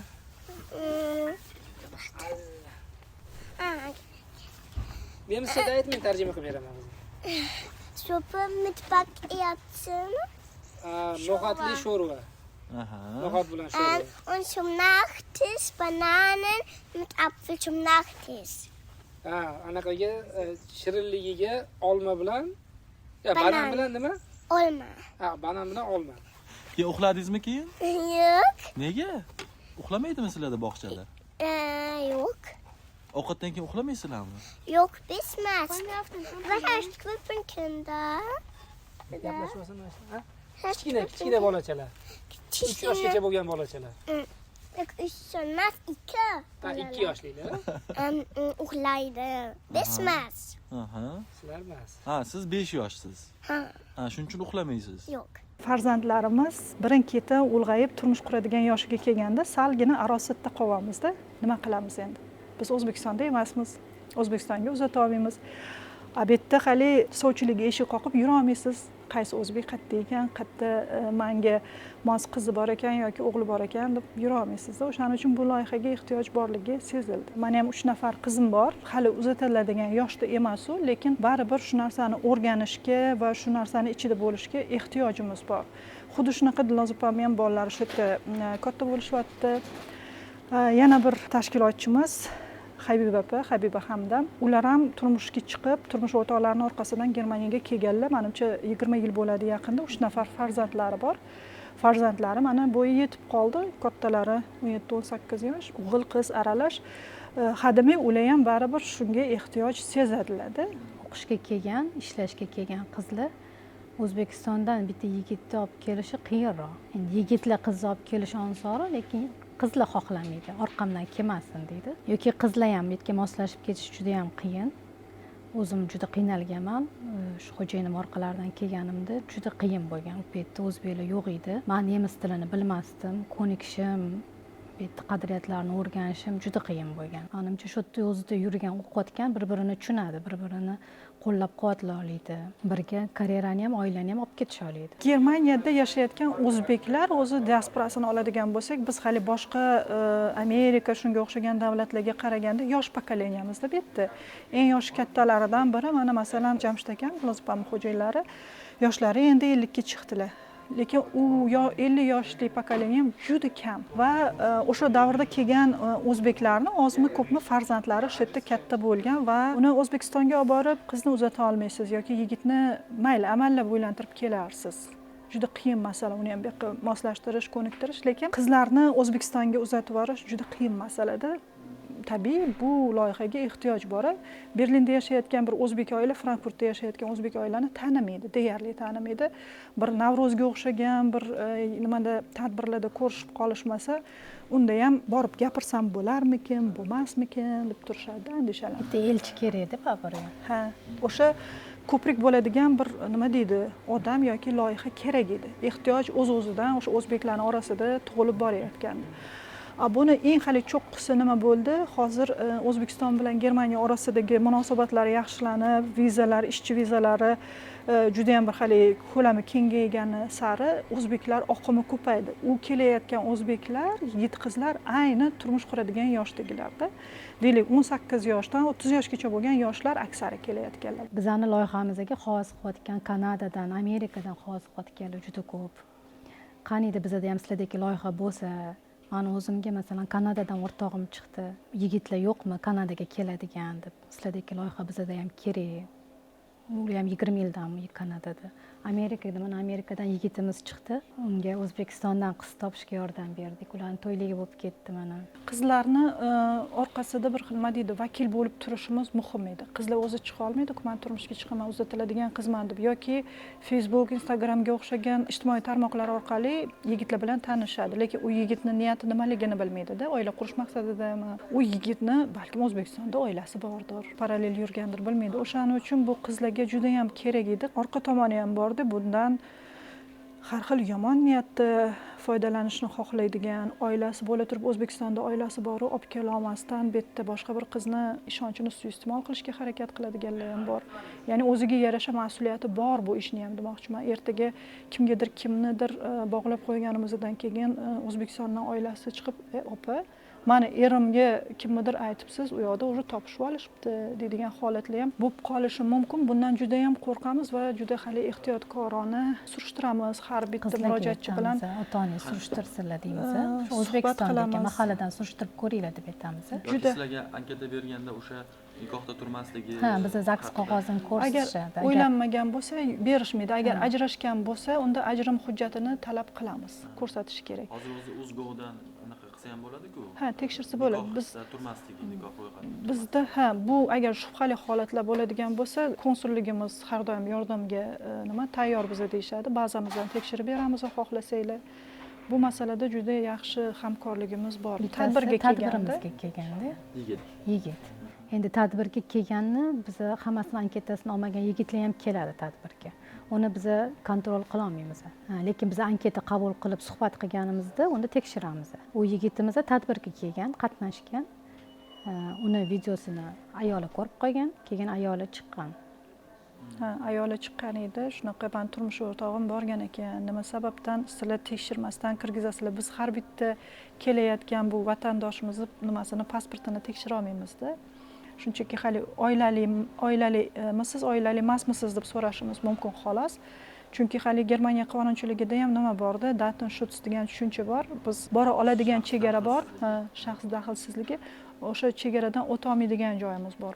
Mana o'sha yigitimiz bitta tadbirga kelgandan keyin bu chiqdi yuzaga, boshqa kela olmaydi tadbir. Chunki biz u darajada hali chuqurlashib keta oladigan tashkilot emas bizda. Ko'ngilli sizlarning ham o'zlaringiz ishlar bor. Albatta. Bu loyiha bizning asosiy ishimiz emas, bizning oilamiz, asosiy ishimiz, kasbimiz bor.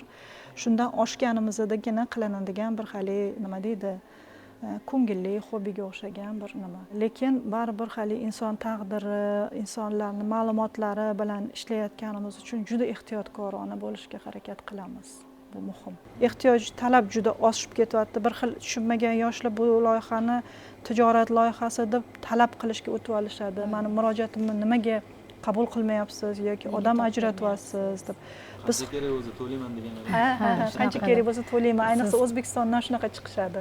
Bir xil tushunishadi, naqa nemis naqa topib berasizlarmi? Ayol yoki erkak topib berasizlarmi deb ham tushunishadi. Viza qilib beradimi? bizda loyihani anaqalari qoidalari yozib qo'yilganda o'sha noto'g'ri tushungan odamga loyihani qoidasini tashlaymiz, bu yerda hammasi tushuntirilgan qanaqa holatlarda biz yordam berishimiz mumkinligi. Noqonuniy nikohga qarshimiz degan bor, qo'shxotinlikka qarshimiz deganimiz bor va faqatgina o'sha tili bo'lsa, agarda Germaniyaga kelish niyati bo'layotgan bo'lsa, unga mos insonni topishda yordam berishimiz mumkin degan joylarimiz bor. Germaniyaga kelish uchun turmush qurmoqchi bo'lsa, biz bu narsani anaqa qila olmaymiz, yordam bera olmaymiz. Maqsadini so'raymiz, maqsadi Germaniyaga shundoq ham kelmoqchi, lekin oila qurishga ehtiyoji bor. Ya'ni Germaniyaga kelish uchun emas, oila qurib, chunki u maqsadi kelajakda Germaniyada yashamoqchi. O'shaning uchun Germaniyada yashaydigan odam bilan turmush qurishi muhim. Bizda nemislar yo'q, faqat o'zbeklar, lekin hali etnik o'zbeklarimiz ham bor. Afg'onistonlik o'zbeklar, hozir tadbirimizga ham Tojikiston, 4-5 ta Afg'onistonlik o'zbek yigitlarimiz keldi. Qozog'iston, Qirg'iziston. Bizning o'z asosiy maqsadimiz shu o'zimizning qadriyatimizni ushlab qolish. O'zbek qadriyati. Germaniyada shu O'zbekiston o'zimizning qadriyatlarimizni ushlab qolib, shu bir yo'qolib ketmasin, boshqa millatga turmushga chiqib ketishmasin. Shu bir-birini topsin degan maqsadda qilamiz. Bunaqa masalalar bo'ladida, masalan, qizimiz bor, boshqa yon atrofdagi davlatlar bo'lsa, ko'chishim mumkin deb qoladi Germaniyada yashayotgan yoki Shveysariya, Shvetsiya yoki mana nima Chexiya, shunga o'xshagan davlatlardagi yigitlarimiz men Germaniyaga borishim mumkin dedi-da, yashashga. Imkonim bor, qila olaman. Menga mos juft topilsa, muammo emas dedi. Shunaqa holatlarda bo'lib ketgan holatlari bo'lgan, lekin boshqa davlatlardan hozircha murojaatlarni qabul qilishga imkoniyatimiz juda cheklangan. Loyiha boshlanganidan beri 30 dan oshiq oila qurildi. Bu degani 60 dan oshiq vatandoshlarimiz turmush qurishdi degani. Germaniyada ham mana ikkita to'yimizni Germaniyada o'tkazdik. Tashkilotchilik nuqtai nazaridan hamrohlik qilaman degan odamlar bo'lsa, biz ochiqmiz, jon deymiz. Chunki 2 kishi haqiqatan 2-3 kishilik nima emas, bu loyiha emas, kengayishga ehtiyojimiz bor.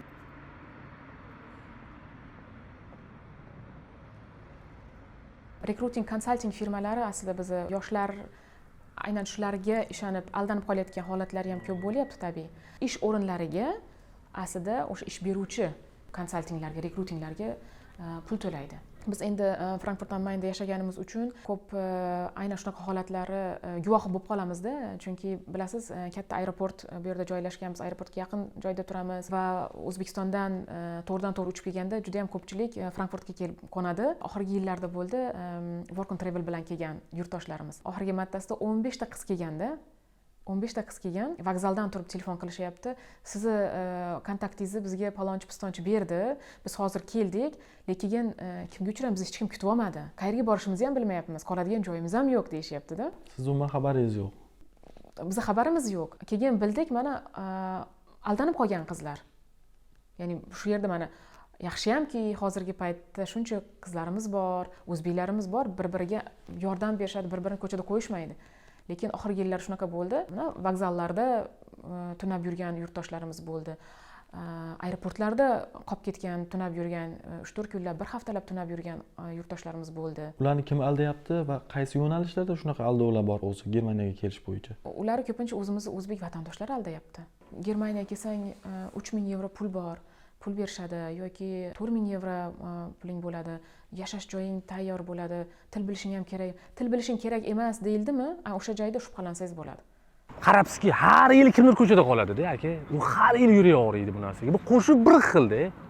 Bir xil qo'shiq. Kimdir ko'chada qolgan, qizlar ko'chada qolgan, ovqat yemagan. Endi u yerda marketing bor. Katta pullar va'da qilishadi. 5000, 8000, 16000 topasan. Deymiz, Germaniyada katta oylik, katta soliq. Bu internetda ko'rsatayotgan Germaniya emas-da. Tushunasizmi? O'sha yerda xato ketadi. Ya'ni marketinglar real hayot tushmaydi, bolalar qiynalib qoladi. 150 ta bola ko'chada qolib ketdi. Men blogda chiqib aytganimda, butun dunyo o'zbeklar pul tashlab beramiz deydi. O'zbekistonda bitta boy chiqdi. Aka dedi, 30 ta bolani biletini men olib beraman dedi. Faqat o'zingiz turib qilib bering shuni dedi. 30 ta bolani qaytish bileti mendan dedi. Faqat meni bilmasin. Shunaqalar bo'ldi. Elchixona ovqatlar olib borib berdi. O'zbeklar ovqatli pishiriqlar olib borib berishdi. Chiqmaydi-da shu, aka alam qiladi-da. Sizdan intervyu olish istagim endi o'sha 3-4 yil oldingi Work and Travel'dan kelgan bolalarni ko'chada qolgan qancha mingga yaqinmidi?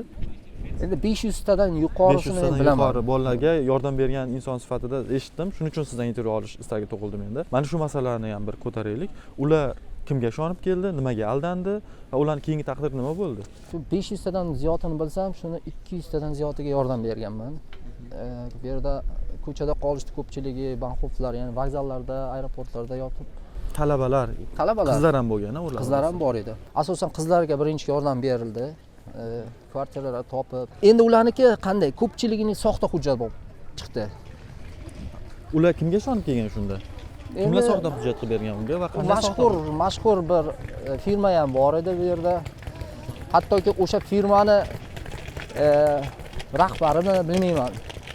Bir akamiz telefon qildi. Bolalar biz orqali boruvdi, vizasini olgan, ishga joylashtiribsiz, oyligidan biz xizmat haqqimizni chiqarib berasiz. Chunki viza olib borgan tayyor kadrlar siz uchun deyapti-da. O'zi aldagan, aldab olib kelgan bu yerda. O'zi endi aldagani aniq, 100%. Endi bolalar bu yerda unga to'lov qilib kelgan, hattoki 1000 yevrogacha to'lov qilgan. O'zi Germaniyaga borsam bo'ldi deyish qanchalik o'zini oqlaydi? Germaniyaga agar borsam bo'ldi desa, agar til bilsa kelsa bo'ladi.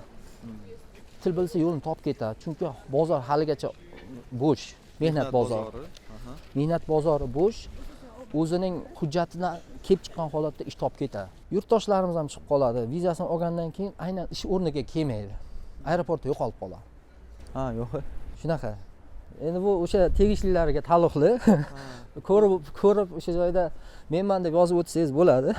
Endi men u ish beruvchiga hujjatini qilganman. U kutyapti u fermer yoki o'sha servis sohasidagi tashkilot. Keyin ana so'z mashhur bo'lib ketishidan qo'rqyapman. O'zbekin degan so'z mediada chiqib ketmasin yoki boshqa bo'lmasin. Baribir bu bizlarga kelib taqaladi. Bitta ish beruvchi, narigi ish beruvchiga ham agar men O'zbekistondan olyapman xodim desa, agar boyaga ish beruvchi aytishi mumkin. Undan ko'ra bu og'izdan og'izga mund propaganda deyiladi, ya'ni og'iz propagandasi. Bu ketadigan narsa. Keyin ish beruvchilar kamayib boradi bizni bozorga, mehnat bozorimizga. Hozir shu yigitning oldiga boramiz unda. Yo'q, u boya aytganingiz. Boya aytgan bolam oldiga boramiz. Intervyu berishiga u boya aytdi, "Mayli aka, ana qilaman" dedi. Endi baribir uydagilar bor, uni xavotirlanib, ularga ham ta'sir qilmasin. Lekin agar u intervyu bersa, bilingki, uning kvartirasi ham bor, joyi ham bor, ishga ham kecha suhbatdan borib, suhbat qilib keldi ana ish beruvchi bilan. Instagramdagi anaqalarga ishonmanglar deb aytardim. Birinchi navbatda Instagramga kirsangiz, haligi postiga pastida kommentariyasiga kirib o'qiysizda baribir. Kommentariyasiga kirib rahmat, omad, plus men ham tayyorman, ishga boraman degan narsalar turadi u yerda. Lekin qayerdasan deb anaqa kommentariyalarda o'chirib yuborib, filtr qo'yib o'chirib yuborgan. Germaniyaga kelib ishlash uchun men kimga murojaat qilganman? O'zim Andijonlik bo'lganim uchun Andijondagi shu bitta firmalarga birga murojaat qilganman. Shu to'g'risi yaxshi surishtirmaganmiz. Ularni ham blogerlik faoliyati ham bor, konsalting faoliyati ham bor. Konsalting faoliyatini blogerlik orqali yoritadi, shunaqami? Shunaqa. Boshida birinchi anaqa shartnoma tuzib, anaqa pulingizni olmaguncha 3 ga bo'lib to'lov anaqa asosi bor dedi uni. Shu boshlang'ich to'lov qilmagunizcha sizga telefonlar qilib, hali yaxshi gapirib, mana keyin shartnoma qilamizmi akajon, unaqa bunaqa chiroyli va'dalar berishadi. Mana qilsa bo'ladimi degan gapingizga ular hech qachon yo'q bo'lmaydi demaydi. Fantastik narsani so'rasangiz ham, ha bo'ladi. Toshbaqani uchiramiz deb aytishadi. Germaniyada kelishdan bir kun oldin xabarlashdim. O'sha firma meni kutib oladigan bo'ldi. Ish beruvchi ishga olishga tayyorligini menga aytdi. Yaxshi, yana yaxshi kayfiyatda kelib Germaniyadagi Myunxenga qo'ndik. U yerdan haqiqatan bizni kutib oldi. Kutib olib, haligi bitta joyga borib, ovqatlanib o'tirib gaplashayotgan joyimizda u menga aytib qoldiki, "U yerga endi hozir ish zarur emas, chunki aynan men borgan vaqtga unga ishchi kerak emas bo'lgan sezonli vaqtga to'g'ri kelgan ekan." Lekin sizga u shartnoma jo'natgan-ku, ishga qabul qilaman. Shartnoma jo'natgan. Meni o'sha yerga borib joylashtirasizmi desam, "Yo'q, u yer juda uzoq, men bora olmayman" dedi. "O'zi borib gaplashishingiz kerak" dedi. "Talab qilsangiz bo'ladi" degan. "Mayli, borib joylashib anaqa qilasiz" deyapti. Evaziga 200 yevrodan oshiq pul berasiz yo'l keraga deb aytyapti. Bora olmasligimni o'zim bilib turibman men u yoqqa. Borib men u bilan qanaqa gaplashaman bo'lyapti, unisini ham bilmayapman to'g'risi. Lekin u ham aytyaptiki, iloji bo'lsa menda boshqa ish bor deyapti.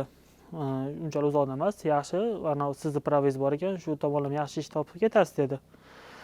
Agar u yerga borib hozir jinni anaqa tortishib ish anaqa gaplashadigan bo'lsangiz, sizdan keyin keladiganlarga ham jini jabr bo'lib qolishi mumkin, u отказ berishi mumkin sizdan keyin kelganlarda dedi. Men ham endi to'g'risi ular ham kelmay qolmasin deb shu tomondan o'yladim. Kuryerlik bo'yicha ishga olib bordim. U yerga ishni joylashtirdi. Bo'ldi, dokumentingiz xudo xohlasa 1 oyda tayyor bo'ladi deganiga xudo xohlasa 4 oy bo'ldi. Endi ishladingizmi unga? Ishladim. Haq berishdimi? Haq berishdi. Nima deysiz, endi hujjatimiz to'g'ri bo'lmasa, u yerda ham ish bergisi kelmaydi. Chunki dokumentim 1 oyda to'g'ri bo'lishi kerak. Уже 4 oy o'tib ketgandan so'ng ular ham tekshiruv tushib qolsa, minimal 50 ming yevrocha jarima olishadi. Shuni ularga ham kerak emas, to'g'risi. O'zimga ham kerak emas bu narsa. Hozir masalan, ular hech qaysi biri telefon ko'tarmayapti. O'zbekistondagi anaqa firmasiga ham yozdim. Bo'ldi uka, qilamiz dedi. Undan keyin 3-4 marta yillab SMS yozdim. Hozirgacha o'qishgani ham yo'q uni. Hattoki shunaqa ma'lumotlar bor, uni yaqin qarindoshlarini ham shunaqa qilib sarson qilyapti hozir u. Hozir u konsaltingdan kelganlar ham bu yerga kelib turib, ishga borgan joyi men ishga ololmadim, xuddi mendaqa narsa bo'lgan.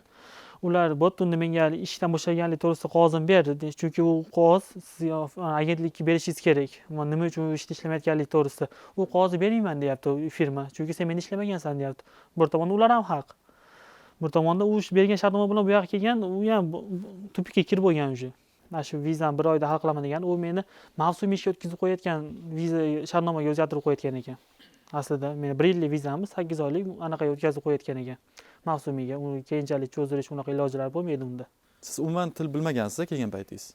Yo'q, u paytda bilmaganman. Borib o'rganaman-da, shu yerda borib o'rgansam bo'ladi. Atrofdagi nemislar bilan gaplashib sekin o'rganaman. Lekin ashi gapiga pushaymon yeyishadi. Lekin siz mana til bilmasangiz ham ish topib, shogirdlar chiqarishni eplabsiz-ku. Endi men to'g'risi ingliz tilini bilaman. Bu tomonlama endi shu tomonlama nima desam bo'ladi? Men borib ishlayotgan joylarda asosan nemislar emas, asosan boshqa davlat. Albaniya, Ruminiya shunalar bilan masalan kelganimda 3 oy ichida men birorta o'zbek ko'rmadim. Nemis tilini bilmagan holatda jarimalar olib yurgan paytim ham bo'ldi. Nimadan bo'ldi? Masalan, yaqinda bo'lgan poyezdda endi hali o'zimiz bilmagan holatda mumkin emas bo'lgan poyezdga chiqqan ekanmiz. Endi undan 92 yevro minimal shunaqa jarima yozib berishdi. Ha, chiptasi chiqqanmi deysiz? Yo'q, chiptasi bor, unga o'tmaydigan chipta ekanda. U haligi tezroq. Siz til bilmaganingiz uchun buni bilmagansiz. Buni bilmaganmiz, ular yozib qo'ygan, haligi masalan aytadi-yu, masalan stansiyalarda ham bu yo'nalishga keladigan tez yurar poyezd deb uni tushunmaganman-da, masalan. Hech borib Germaniyasiga ham ketib boraman degan holatingiz ham bo'lganmi? Bo'ldimi shu 5 oy ichida? Endi shu hujjat masalalari bo'yicha bo'lganda bo'ldi endi. Orada 1-2 omadim keldi, endi o'rtada endi shuni 6 oy jarayonda. Shu politsiyalar to'xtatib anaqa turgan joyida omadim kelib qolgani vizamga qaramagan. O'zalik ishchi firmada mashinasida minib yurib, anaqa ishlayotgan jarayon bo'lgan paytlarim ham bo'lgan. Agar unda bo'lganda juda vaziyat boshqacha bo'lardi. Deportatsiya qilishlari mumkin. Deportatsiya 100% bo'lardi. Bu yerda ham menga ma'lumot berishdi, shu mayta ishonchli aniq konsalting bor deb, shu orqali hozir men ham bog'lanib, ishlarni xudoga shukr hozir yo'lga qo'yilyapti sekin-sekin. Xo'p, mana sizga xolis yordam beradigan o'zimiz o'zbekistonlik akalar chiqishibdi. Ular bo'lmaganda siz qanaqa tasavvur qilardingiz Germaniyadagi hayotingizni? Nima bo'lishi mumkin edi siz bilan bog'liq? Ya, meni уже bu yerga kelganimga 4 oy, 5 oy bo'lib qoldi. Meni уже hujjatlarim tayyor bo'lmagan, shuncha payt men yurdim. Bez hujjat bo'lib qolyapti bu yerda. Soliq to'lamaganman shuncha payt. Shu tomonlama juda katta muammo bor men hozir, to'g'risi. Buni tarixi chiqadi. Bu chiqadi, hamma joyda chiqadi. Men shundan qo'rqaman. Aslida bu yerda degan agentlik bor. U yerga borsangiz juda katta anaqa deportatsiya bo'lish hech narsa emas. Soliq to'lashingiz uchun sizni Germaniya bu yoqqa qo'yadi o'z hududiga. Soliq to'layotganingiz uchun sizga ish beryapti Germaniya. Ish beradi, shunaqa viza beradi. 5 oy to'lamagan soliqlaringizni qanday to'g'rilaysiz endi hujjatlaringizni? Hozirgi men bu yerda yangi tuzgan shartnomamdagi konsaltingdagi shartnoma endi u yerda akalarimiz shu advokatlarga bo'yicha yordam beramiz, agar ishing chuqurlashib ketsa ungacha yordam beramiz, u tomonlama tajribamiz bor deyapti. Endi bu yoqdan ko'nglimiz to'q aka. Hozir til o'rganyapsizmi? Til o'rganib, уже xudo xolasa yaxshi bu yoq.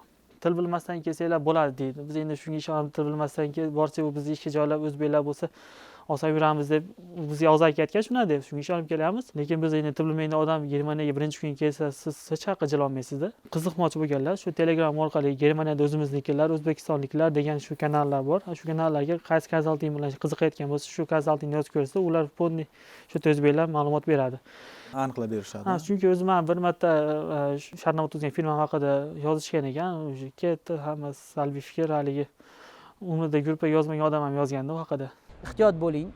70% hozir juda ham ko'p firibgarliklarga uchrab qolishyapti.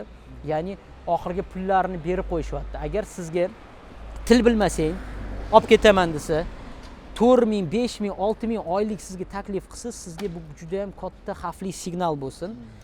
Iltimos qilardim, shu joyiga e'tibor bering. Bu yolg'on. Hozir B2si yarim yil, 1 yillab til o'rganganlar ham qiynalyapti kelishga. Keyin yana bitta narsa, yaqinda o'zim o'rtoqlarim chiqishdi. Pul bergan, aldanib qolgan, keyin litsenziyasini so'radim. Litsenziyasini beringlar, ko'ray desam, unda turistik xizmatlar uchun, sayyohlik xizmatlari uchun degan litsenziyasi bilan. Ular faqat ularni sayyohlik maqsadlarida jo'nata oladi. Shunga e'tibor berishlari kerak. Ya'ni ular xususiy bandlik agentliklari yoki davlat bandlik agentligi emas, litsenziyani o'sha qismiga e'tibor berish kerak. Agar sayyohlik agentligimi, demak ular ishga jo'nata olmaydi. Mana shu oltin qoida qilib o'rganib olishlari kerak. Eng zo'ri yana Germaniyaga kelishni bu siz bilishingiz kerak. Siz birinchi galda siz Germaniyaga kelib ish qidirmaysiz yoki Germaniyaga kelib o'qishga joylashmaysiz. Shu narsaga e'tibor qarating. Siz O'zbekistonda turganingizda Germaniya qonunchiligi bo'yicha siz tilni o'rganganingizdan keyin siz o'zingiz hech qanaqa konsalting firmasiz ishga topshirishingiz mumkin. Biz o'sha qoldiramiz har doim o'sha Telegram kanallarimizda ham, anaqa Instagramda ham ish joylarini o'sha yoqqa o'zingiz topshirishingiz mumkin bemalol. Shunaqa saytlar juda ko'p, minglab ish vakansiyalar bor. O'sha yoqqa o'zingiz ariza topshirasiz. 3 ta hujjat kerak. Til kursingiz, motivatsion Bewerbung topshirasiz, ya'ni o'sha ariza topshirasiz. U 100 ta, 200 ta joyga topshirganingizdan keyin bir 10 tachasi sizga chiqadi. Siz Zoom orqali suhbatlashasiz. Ma'qul keladigan bo'lsangiz, sizga nima qiladi? Ishchi shartnoma jo'natadi yoki o'qishga, Ausbildungga kiradigan bo'lsangiz, sizga Tsuzaga jo'natadi va o'shan bilan siz keyin elchixonaga kirish imkoniyatiga ega bo'lasiz. Undan keyingina? Undan oldin sizda hech qanaqa imkoniyat yo'q. Kimdir sizga mana senga shartnoma jo'natdim deydigan bo'lsa yoki shunaqa o'xshagan narsalar ko'pincha Telegramga ishonmanglar. Hozir Ukrainadan, Polshadan xuddi shunaqa soxta hujjatlar jo'natyapti. Umuman ishonib o'tirmanglar. Shu joyini qo'yishinglarni iltimos qilardim. Meni nomimdan juda ham soxta ko'p akkauntlar ochilgan. Juda ham ko'p. Agar men o'zim kimdirga yordam bermasam, bu juda ham kam. Bir oyda 3 ta maksimalni odamga yordam bera olaman. Chunki byurokratik juda ham qiyinda. Agar hamma hujjatingiz to'g'ri kelib, siz bilan men suhbatlashgan bo'lsam, o'sha piramidani yo'qotish maqsadida meni nomimda menejeriman, u bu deb chiqadigan bo'lsa, ishonmang. Chunki agar Germaniya Life orqali keladigan bo'lsangiz, men xuddi shu tartibni qo'yganman. Faqatgina men bilan suhbatlashgan bo'lsangizgina haqiqat bo'ladi. Qolganlar bilan menejeriman, uyiman, buyman deb turib bitta harfimni Germaniya Life'ni o'zgartirib sizga chiqadigan bo'lsa ham o'sha akkauntdan ishonmang, chunki boshqa akkauntingiz yo'q demak. Menda yo'q. Men bilan yuzma-yuz gaplashadigan bo'lsangiz, men bo'ladi deydigan bo'lsam, sizni kandidaturangiz va ish beruvchiga taqdim qilsamgina faqat shu holatda. Meni bitta narsa o'ylantiradi. Bir nima meni asabiylashtiradi. Shu birovni taqdiri bilan o'ynashayotganlar, ko'chada kimdirni xor qilib qo'yganlar, migratsiya deb kimdirni olib kelib ko'chaga otib ketganlar, shular qanaqa uxlar ekan deyman. Meni shu o'ylantiradi. Shular maza qilib uxlarmikan? Taomlanganda mana bu yerdan qilib qanaqa o'tar ekan? Sana deb kimdir ko'chada yotibdi, sana deb kimdirni o'g'li xor yoki orqaga qayta olmas darajada ko'chada qolib ketgan. Begona davlatda til bilmasligi ham mumkin, u bola bo'lishi mumkin. Sani qanaqa yuraging borki, sen odamga o'xshab xurrak otasan va qanaqa sani og'zingdan suv o'tadi. Meni savolimning javobi bitta. Bu tarbiya va luqma masalasi deb bilaman. Agar uni tarbiyasi va luqmasida qanaqadir havo ketgan bo'lsa, men uni o'pkalamayman. Demak, u shu luqma va tarbiyasida buzilish bo'libdi. Chunki boshqa narsa bilmayman. Aka, qaysi qiynalgan musofir dardini O'zbekistonga doston qilganini eshitdingiz? Qaysi o'zbekni eshitdingiz? O'zbekning g'ururi juda baland. Chidaydi, to qon kelmaguncha chidaydi. To oxirgi pul qolmaguncha chidaydi. Men yaxshiman deydi uyga. Yig'lab, bu yer o'zi qon bo'lib yotibdi, men zo'r ona deydi. Nimaga? Sababi g'ururi qo'ymaydi. U og'riqni kimga yetadi? Kimga kerak hozir birovning muammosi? Sizda ham, siz uyingizdan o'tib ketyapsiz. To'xtating. Kimga kerak uni muammosi? Kimga qiziq aka? O'lib ketmaydimi hozir? Hamma o'zi bilan. Men dunyoga shunaqa deb Germaniyaga kelib shunaqa o'ylayapman. Hozir dunyoda kim nimani qo'liga tushsa va kim nimani eplasa sotyapti. Va xayolingizga kimdir xotinini sotyapti, kimdir g'ururini, kimdir hamiyatini, kimdir dinini, kimdir marketing sotyapti, kimdir non, kimdir kamera, kimdir kontent sotyapti. Menga shunaqa chirkin ko'rinadiki, inson hozir dunyo menga shunaqa ko'rinadi. Bilmadim, balki xatodir. Polshaga kelib, Polshaga bitta bolalar kelishgan, bu 2 yil oldingi gap. 5 ta bola kelgan. Ming afsuski o'zbek odam olib kelgan uni. kelishuv qanaqa bo'lgan? 1000 yevro viza chiqsa beramiz, 2000 yevroni Varshava aeroportida qo'lingdan olaman. Chunki sen yetib kelgan hisoblanasan-da. Aka chiqqanlar, pulni terib olganlar 5 kishi. Akalar deganlar 5 minut kutib turinglar, pastdan mashinamni olib chiqaman degan. Shu yerda kutib turinglar degan. Aka kelgan odam nimani biladi aka? U ketgan parkovkaga 1 soat kutishadi, yo'q. 2 soat, 3, 5 pastga tushib chiqishadi, qidiradi, yo'q. Telefon qilsa o'chirilgan. Har biridan 3000 dan olib yo'qolgan shu odam. Endi aka qarang, u menga chiqyapti. Men nima qilaman? Men nima qila olaman? Men faqat siqilganim u balkonga chiqib akkilaganim qoladi. Hech bir foydam tegmaydi. Nima foydam? Blogim nima foyda? Blog 4 ta 500 ming, 1 million prosmotr, lekin anta yig'ilayotgan 4 ta taqdirni hech nimasini hal qila olmayman. Kim ko'rayotgan bo'lsa, iltimos o'zinglarni asranglar. Akalar, kasal bo'lsanglar, o'lib ketsanglar, ishoninglar, onanglar bundan xursand bo'lmaydi. Sizlar 5000 dollar topib kela olmaysizlar. Lekin tirikliginglar onanglar uchun, onanglarga bu kattaroq sovg'a. Ertaga qayerdadir yo'qolib, chirib, erkaklik g'ururi sinib, o'zingizga kela olmay yurgan paytinglardan ko'ra, men bu ahmoqlarning gapiga ishonmaganinglar ma'qul. To'g'ri, o'qish oson emas, lekin qilsa bo'ladi. Shuncha odam qilyapti. Shuncha o'zbek, shu yerda mana akaga aytdim, katta korporatsiyalarni boshqaryapti. Shular ham o'zimizga o'xshagan odamlar. Bag'ritosh Germaniya deb aytardim, chunki aeroportdan tushishingiz bilan yomg'irlar kutib oladi. Quyosh yo'q. Bizga O'zbekistonga borsangiz quyosh yog'ib turadi. Insonlar hech bo'lmasa kuladi. To'g'ri, juda ham stress yurgan insonlar ham ko'p hozirgi kunda. Har xil sabablar bor. Iqtisodiy qiyinchiliklar bor, ijtimoiy qiyinchiliklar bor yoki muammolar.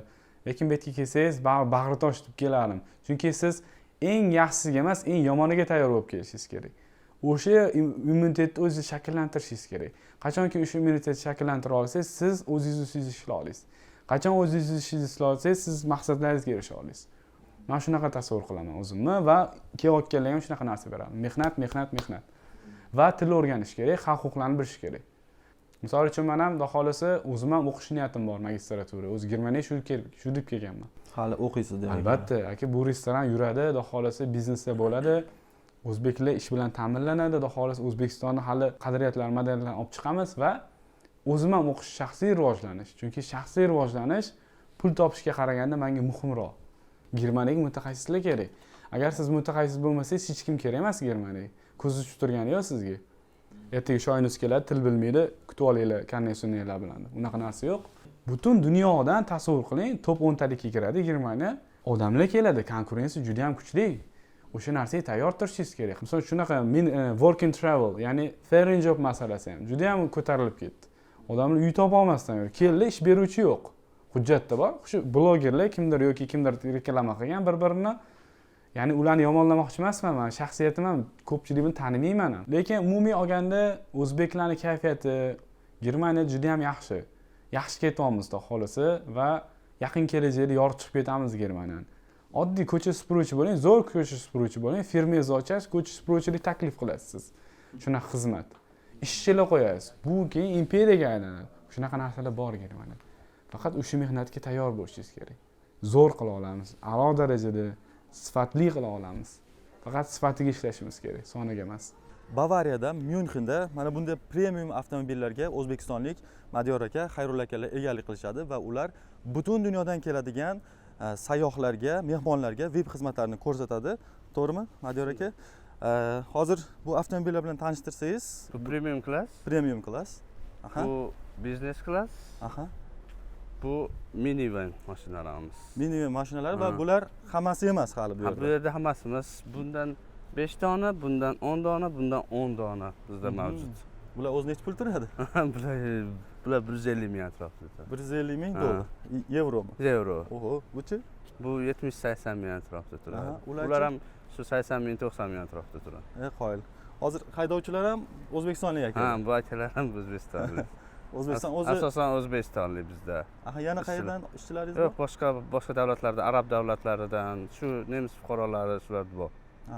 O'zi xizmatlaringiz butun Yevropa bo'ylab? Butun Yevropa bo'ylab. Avstriya, asosan Avstriya, Shveysariya, Italiya, Fransiya, Chexiya, asosan shu Germaniya, shu joylarga boramiz. Hozir qayerga boramiz unda? Hozir Avstriyaga ketamiz yaqinroq. Avstriya. Qaysi mashinada? Shu premium klassda ketamiz. Bo'ldi. Premium klassdagi mashinada Avstriyaga qarab yo'l olamiz. Ketdik.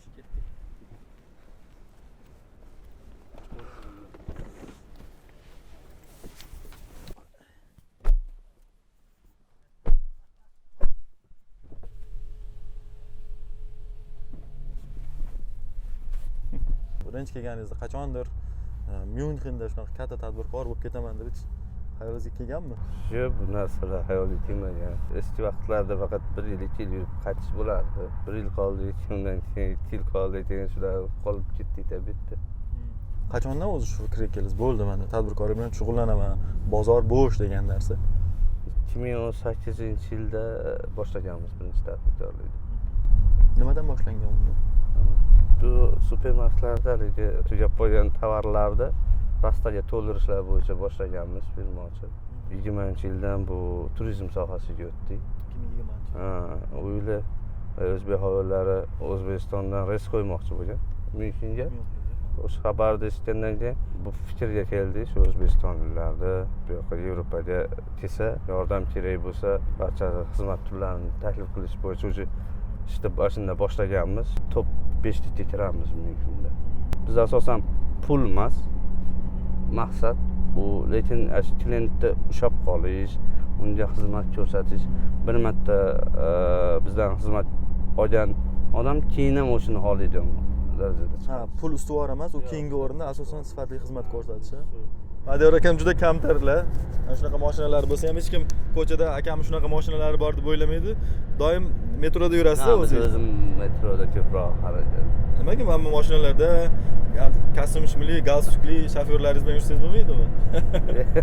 Myunxenda probka juda ko'p. Keyin parkovka masalasi muammo. Jamoat transportida manzilga tezroq yetib borasiz.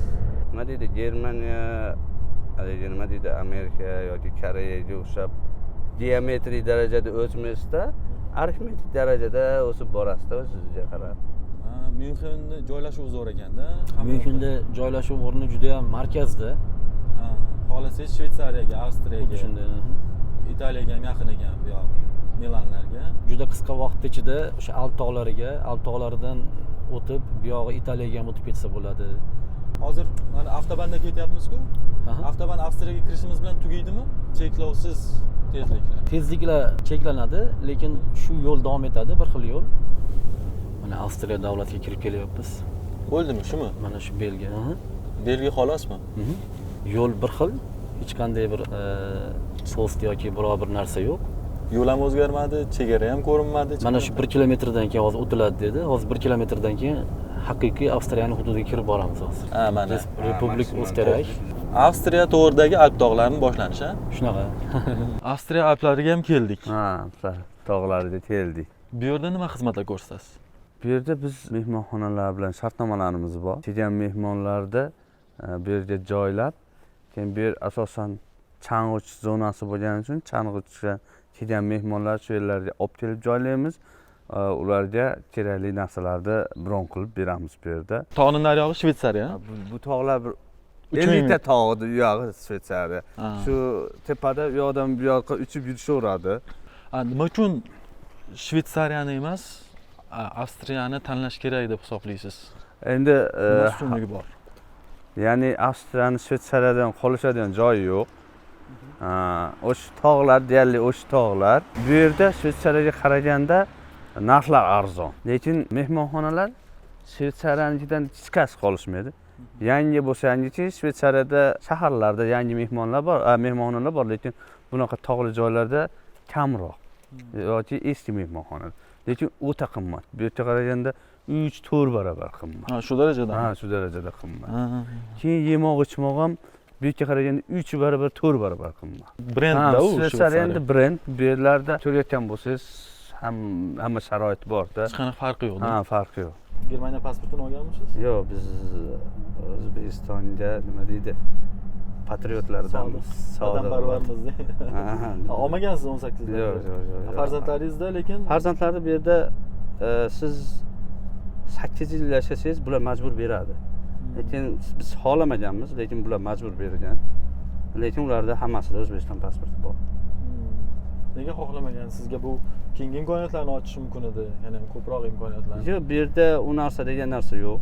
Nemis pasportiga o'zbek pasportiga bu narsa degan narsa bizga shu kungacha biror joyda ro'para kelmadi. Farzandlaringiz kelajagini qanaqa ko'rasiz? Ular hozir Germaniyada tug'ilgan, ular vatanini Germaniya deb biladi. Siz o'rtadagi avlod doim qiynaladigan avlod, bu yoqqa kelgan avlod u yoqni sog'inadi, bolalarini olib ketishga qiynaladi. Sizda qanaqa bu vaziyat? Biz asosan oilada o'zbekcha gaplashamiz, bolalar bilan ham ta'tillarda ko'proq O'zbekistonda o'tkazamiz. Bolalar bilan. Ular qanday qabul qilishadi? Ular O'zbekistondan bu yoqqa kelgilari kelavermaydi. Bu yoqda ular ham qolish. Qolish xohlaydi hatto. Ha, ular ham qolish xohlaydi. Ha, yo'g'i. Bu yerdan bu yer nima deydi? Ularga cheklovlar ko'pda. O'zbekistonda bilasiz, o'zimiz ham ertaman sahar ta'til paytida chiqib ketamiz. Kechqurun shom paytda uydan biror kishi chaqiradi, ovqat pishdi, ovqatlanib ol deb. Maqsadimiz bu yerdagi ishlarni yo'lga qo'yib, masofadan boshqarishlarni sekin yo'lga qo'yyapmiz. Shu narsalarni yo'lga qo'yib, kelajakda shu masofadan boshqarib, bu yerda boshqarish niyatimiz. Masofada turib. O'zbekistonda albatta qaytish. Myunxendan keyin yana Frankfurtga qaytib keldik. Hozir bu yerdan 4-5 soatdan keyin O'zbekistonga uchib ketishimiz kerak. Lekin o'zbekistonliklarning Germaniyadagi bizneslarini sanab charchamayapmiz. Mana shu o'zbekcha nomli Anor mehmonxonasini Frankfurtda o'zbekistonliklar yuritishadi. Shundoqqina aeroportning yaqinida va yonimda Muslimbek turibdilar. Muslimbek bu yerda marketing menejeri lavozimida ishlaydilar. Faqatgina bu yerning xizmatlari Anor mehmonxonasi bilan cheklanib qolmagan. Xuddi Madiyor akaday Frankfurtda bular boshqa xizmatlar bilan ham shug'ullanishadi. Ismim Muslimbek. Anor hotelda marketing menejeri bo'lib ishlayman va undan tashqari bizda tibbiy xizmatlar bilan shug'ullanamiz. O'zbekistondan davolanishga kelganlar bilan tibbiy xizmatlar bu yerda klinikalarni bog'lab qo'yib, ularni davolanishiga ham yordam beramiz. Undan tashqari travel xizmatlarimiz ham mavjud. Travel xizmatlari butun Yevropa va Germaniya va butun Yevropani o'z ichiga qamrab oladi. Sayyohlik xizmati. Sayyohlik xizmati, ha. Bu mashinalar ham sizlarning o'zinglarniki, Bu mashina ham biz o'zimizga tegishli. Bu mashina orqali har xil klassda, budjetli yoki VIP klasslarda xizmatlar ko'rsatamiz. Qimmat mashinaga o'xshayapti. Ha, ozgina. Endi ichkariga kirib suhbatimizni davom ettirsak, tashqarisi sovuqroq ekanda. Katta mehmonxona ekan, ha? Ha, ko'pchilik o'ylaydi, o'zbeklarni Frankfurtdagi hotel deyilsa, bir kichik joy tasavvur qilinadi-da. Ya'ni 130 talik xona va juda katta oilaviy xonalarimiz bor-da bizda. Ya'ni oilaviy turish uchun ham 20 taga yaqin 4 kishilik xonalar mavjud. Katta biznes qilishgan. Katta biznes, yana asosan o'zbekistonliklar ishlashadi. Asosan o'zbekistonliklar, 60-70% o'zbekistonliklar ishlashadi. O'zbekcha muhit, o'zbeklar bilan. O'zbekistonliklar degani hammasi shu yerda ishlab O'zbekistonga pul jo'natyapti degani-da. To'g'rimi? Shunday. Nechta o'zi bu yerda xodimlar o'zbekistonlik? O'zbekiston xodimlari 12-13 ta xodimda. Yaxshi. Biz Frankfurtda bo'lganimiz uchun Frankfurt nafaqat Germaniyani va butun Yevropani markazi desa ham bo'ladi va eng katta Yevropadagi aeroport. Bu yerga keladiganlar juda ko'p. Hotelda shu yerda joylashganining ham asosiy sababi shu. Mehmonlarimizning ham asosiy qismi shu Frankfurt aeroportidan keladiganlar. Va mehmonlarimizdan travelga va tibbiy turizmga keladiganlar ko'pchiligi o'zbeklarga xizmat qilamiz va samolyotgacha tizimimiz ham bor, ya'ni mehmonlarni samolyotdan kutib olib, yana samolyotgacha yetkazib qo'yamiz. Samolyotdan degani bu aeroportdan degani emas, aynan samolyotni o'zidan. Aeroportdan emas, aynan samolyotni o'zidan, ya'ni zinadan tushishi bilan kutib olinish. O'zbekistonliklar butun Germaniyaning aeroportlarini qo'lga olgan, Myunxenda Madiyor aka shunaqa qilayotganlar. Bu yerda Frankfurtda sizlar qanday bo'ladi u nimasi? Boshqa raqobatdoshlar ham bormi? Shu xizmat bilan shug'ullanadigan? Boshqa raqobatdoshlar ham bor. Endi har bir ishda bo'lgani kabi bizning ishda ham raqobatchilar bor. Endi raqobatbardosh bo'lishga va shu xizmatlarimizni sifatli qilishga o'zimiz harakat qilyapmiz. Shuning uchun asosiy biz oladigan mijozlar O'rta Osiyo, asosiy qismi O'zbekistondan keladiganlar. Bizga Shveysariya 2-3 soatlik yo'l, Italiya ham 2-3 soatlik, Fransiya ham bir qadam.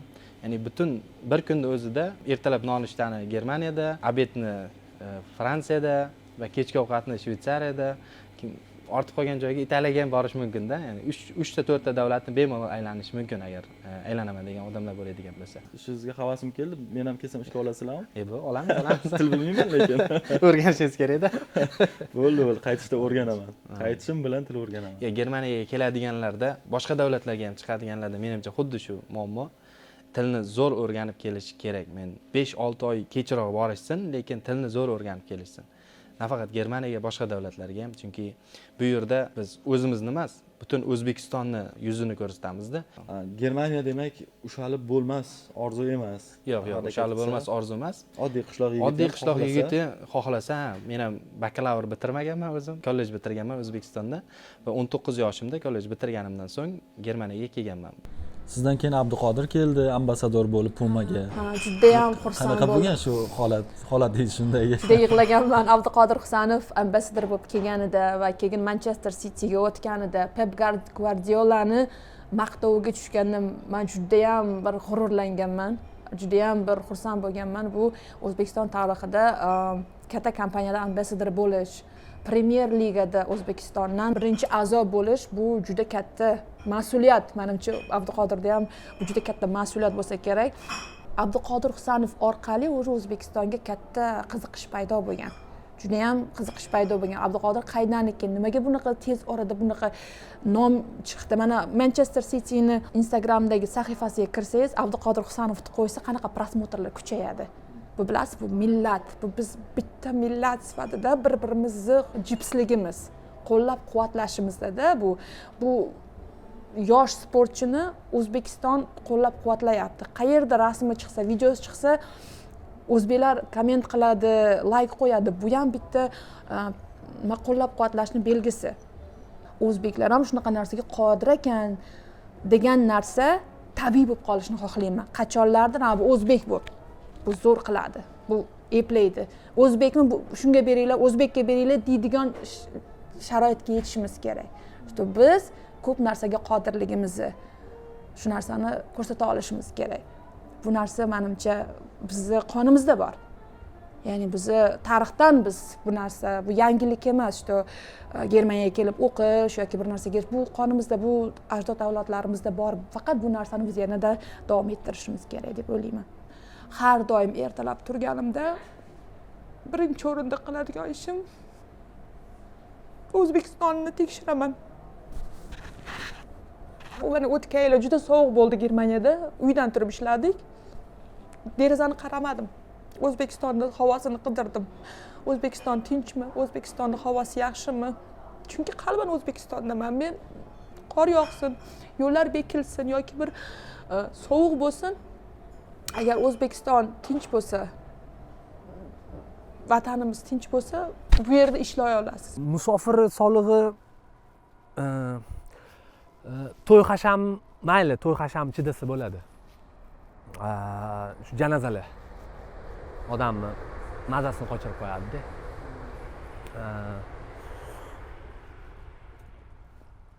Bu unutib bo'lmaydigan narsa bo'lib qoladi odam hayotida. O'sha nuqtada hammasi bir pul bo'lib qoladi. Ya'ni sen topgan puling hech nima hal qilmasligi, sen yaqin odamingni endi ko'rmaysan va bora olmasliging. Borishni istaysan, sen bora olmaysan. Bu yaqinda vafot etdilar masalan. Men xolam bilan o'tiribman. Xolam katta odam, mendan so'rayaptilar. Men nima qilay deyaptilar. Men nima qilay deyapman. Shokda o'tiribmiz bir-birimizga qarab. Gap kelayapti. Reys ko'ramiz 28 soat. Bizani diniy qoidalarimiz ko'ra mayit buncha ushlanmaydi. Mayitni bilan qiynash mumkin emas. Bo'ldi-da, sog'liqda bu. Endi hozir yana kimdir yozadi, nimaga qaytib kelmaysan, bu arobatlar. Endi shu bizani yelkamizdagi narsa shu. Shu riskni yelkamizda doim turadi. Juda ko'p akalarimiz bor, ukalarini yo'qotishdi, boshqa janozalarda bo'lisha olmadi. Har kechasi uyqudan oldin orzularingiz va o'zligingiz kelib qoladi-da, yonma-yon. Gaplashishga to'g'ri keladi-da. O'zligingiz aytadi, sen o'sha yerda bo'lgan endi boshqacha bo'lishi mumkin edi deydi. Orzularingiz aytadiki, bu taqdir-ku deydi. Yana o'sha savolga kelamiz, nimaga ketding deb qolishi mumkin. Hayot sifatini yaxshilashim uchun. Bolalarimni yaxshiroq o'qitish uchun, o'zimni topish uchun. Va Germaniyaga kelgan juda ham ko'pchilik o'zini topish uchun kelgan. O'zini potensialini ko'rsatish uchun. Topa olyaptimi? Siz topishganmisiz o'zingiz? Yo'ldaman. 2 sekund. Endi o'zbekning dardi birda, hamma o'zbek shu bolam deydi. Men ham ota-onam menga bolam deb Buxorodan Toshkentga ko'chib kelgan. Men plankani balandroq o'rdim menimcha. Qanchada ko'rishib turasizlar? Yozda borib keldim. Oraliq muddat qancha o'zi? Bir yilda bir marta ko'rmasak bo'lmaydi degan. Yo'q, endi men sal emotsional bo'lganim uchun men orqam tutib qolsa bilet olib ketaveraman. Oxirgi tug'ilgan kunlarda shunaqa qildim masalan. Oldim, ketvardim. Yuragim tortdi уже. Yuragiga tormoz berolmadi. Shunday bilet oldim, ketdim. Buvimni ham o'shanda ko'rdim-da oxirgi marta. O'shanda ko'rdim, keyin gap ko'p aka. Bu gap ko'p. Men просто menga nasib qoldi sizga aytib berish. Aslida har qanaqa o'zbek musofirini olsangiz ham ichida bir xil gap, men bilan bir xil gap. Ota-onasini sog'inadi. Qorin to'ygandan keyin mana odam eski narsalarni eslash boshlaydi. O'sha hissiy yetishmovchiliklar ochiladi. O'sha maqom eshitgisi keladi. Og'ir qo'shiqlar yoqishi boshlaydi. Shu oddiy suhbatlar yetishmay qoladi. O'sha bolaligimni eslayman-da. Sut, qaymoq keldi deydi. U bebaho narsa bo'lgan ekan-da. Rahmat Qiz aka. Rahmat. Voh! Ish qilib qolmagan. Tutib turdim, lekin anaqa. Endi shunday. Hammaga bir xil bo'yinda aqirishdan yig'laverardi. Yig'lashadi-yu. Kimdir ochadi, kimdir ochmaydi, kimdir o'zini ojiz ko'rsatmay yoki xavotirga solmay. Men ham odamman. Bizda ham shu problema. Mana ko'pchilik yaqinini yo'qotganda cho'kib qoladi bu yerda. Lekin hayot davom etaverar ekanda. Achchiq qoidalarni o'ylab topmaganman. Kimdir kelar ekan, kimdir ketar ekan.